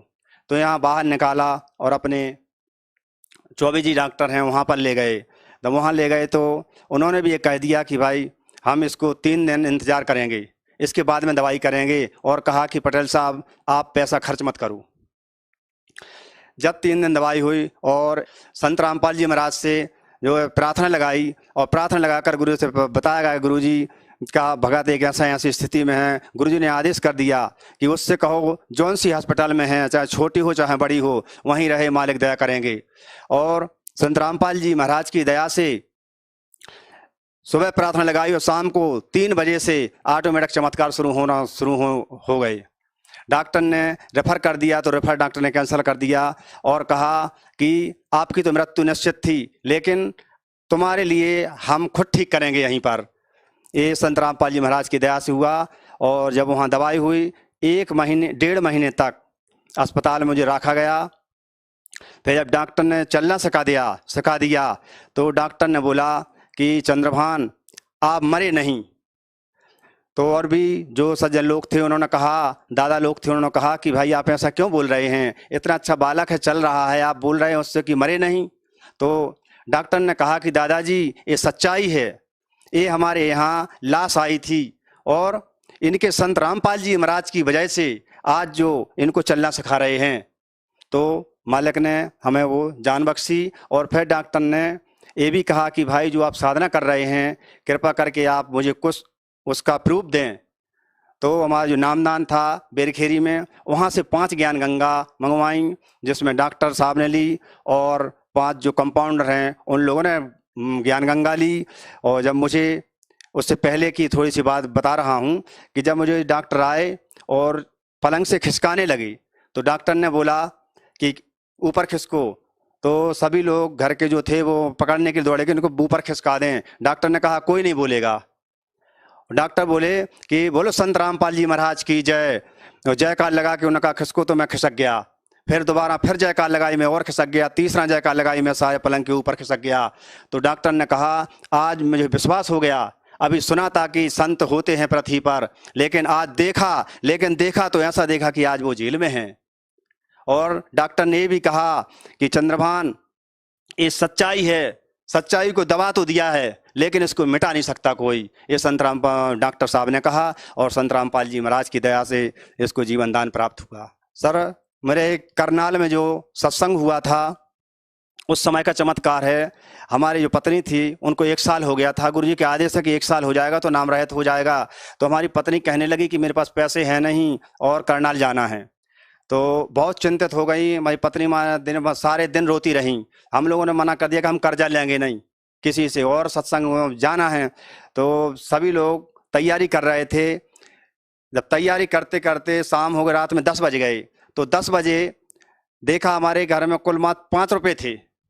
जब 5 रुपये देखे और जब 10 बजे हमारी भतीजी आई, बोलने लगी कि चाचा मुझे 50 रुपये दे दो 10 बजे रात में। तो मैंने कहा इतनी रात में क्यों आई, सुबह ले लेती। तो मैं थोड़ा ऐसा लग रहा था कि भाई एक तो पैसे नहीं हैं, गुरुजी के दर्शन करने के लिए नहीं पहुंच पा रहा है और ये 50 रुपये लेने आ गई। तो मैंने दोबारा वो पैसे थे 50 रुपये और उनको निकाल के दे दिए। तो जब उनको पैसे निकाल के दिए वो संगादानी में रखे तो वहाँ पर 100 के नोट 5 वहाँ पर रखे मेरे परमात्मा संत रामपाल जी महाराज की दया से। और उन पैसों से फिर मुझे ऐसा हुआ कि जब संत रामपाल जी महाराज की दया से 500 रुपये आ गए, क्यों ना फिर दोनों जन चलें। और क्या लाभ मिले? और हमारी माता राम हैं, उनको मैंने जब से होश संभाला, जब से देख रहा है सारी उनकी परेशानी रहती, उनको दिक्कत परेशानी, और उनको सबसे बड़ी बीमारी हार्ट की थी, शुरू से थी इनको बीमारी। तो ऐसा होते होते संत रामपाल जी महाराज की शरण में भी वो भी पहुंच गई। और जब वहाँ इनकी शरण में पहुंचने के बाद इनकी ज़्यादा तबीयत इतनी बिगड़ गई थी कि इनकी सांस निकल नहीं पाती थी। यहाँ डॉक्टर मौर्या के यहाँ इनके सारे 15-20 साल से इलाज चल रहा है, लेकिन वो पेश नहीं पा पाए। आखिरी में उन्होंने कहा कि नागपुर ले जाओ। नागपुर में जब गए तो अर्नेजा हॉस्पिटल पहुँचे। उन्होंने कहा कि इनका सारी जाँचें कर लो। उन्हें जाँचें जब करी तो जांचों में ये पाया गया कि जितने जल्दी बन सके इनका ऑपरेशन करा दूँ।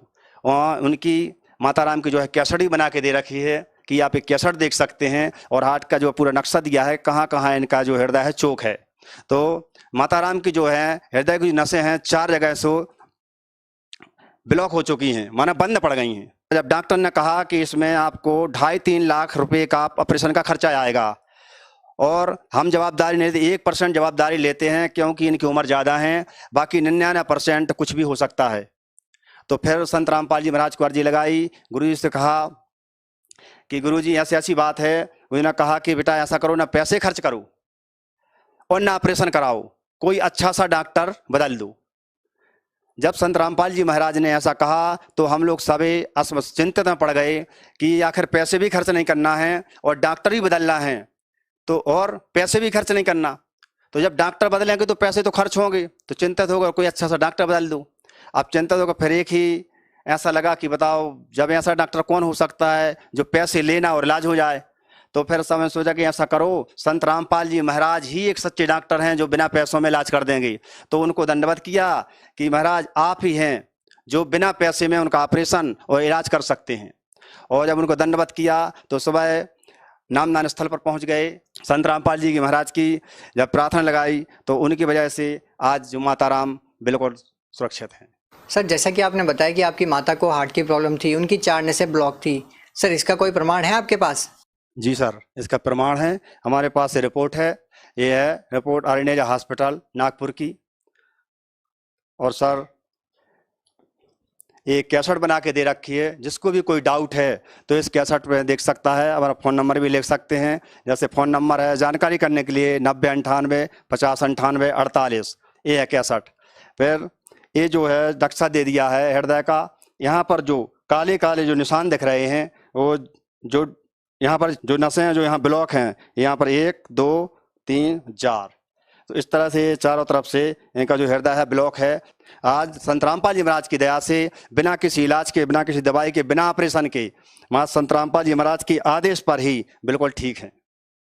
तो सर, जो लोग आपकी माता की तरह पीड़ित हैं और उनको भी बहुत सारी अलग अलग भयानक बीमारियां हैं और वो लोग हॉस्पिटल के चक्कर लगा लगा कर थक जाते हैं, बहुत सारा इलाज लेने के बाद भी उनको राहत नहीं मिलती है, तो सर क्या वो संत रामपाल जी महाराज से नाम दीक्षा लेते हैं तो क्या उनकी भी बीमारियां ठीक होंगी?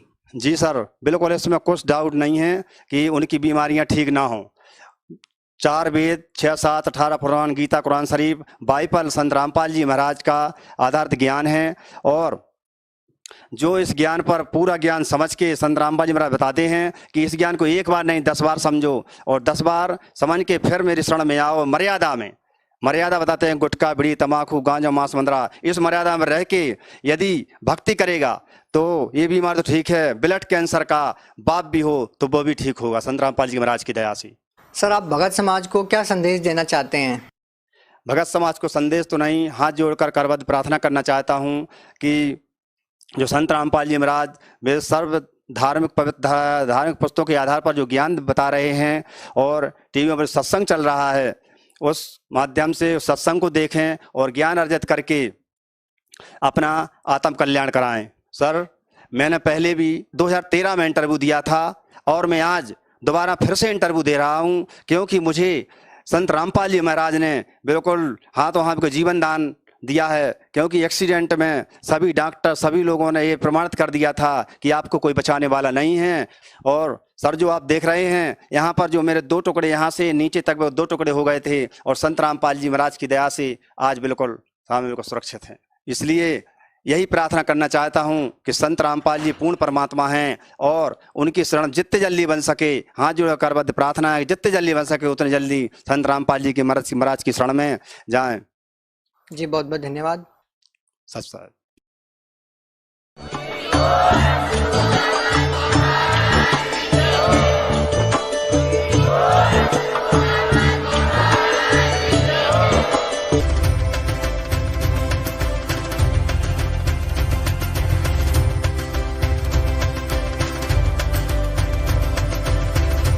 तो पुण्यात्माओं, आपका सौभाग्य अगर है। आप ये वीडियो YouTube पर देख रहे हैं तो हमारे चैनल को सब्सक्राइब करें और बेल आइकन को दबाना ना भूलें। अगर आप Facebook पर ये वीडियो देख रहे हैं तो हमारे पेज को लाइक करें।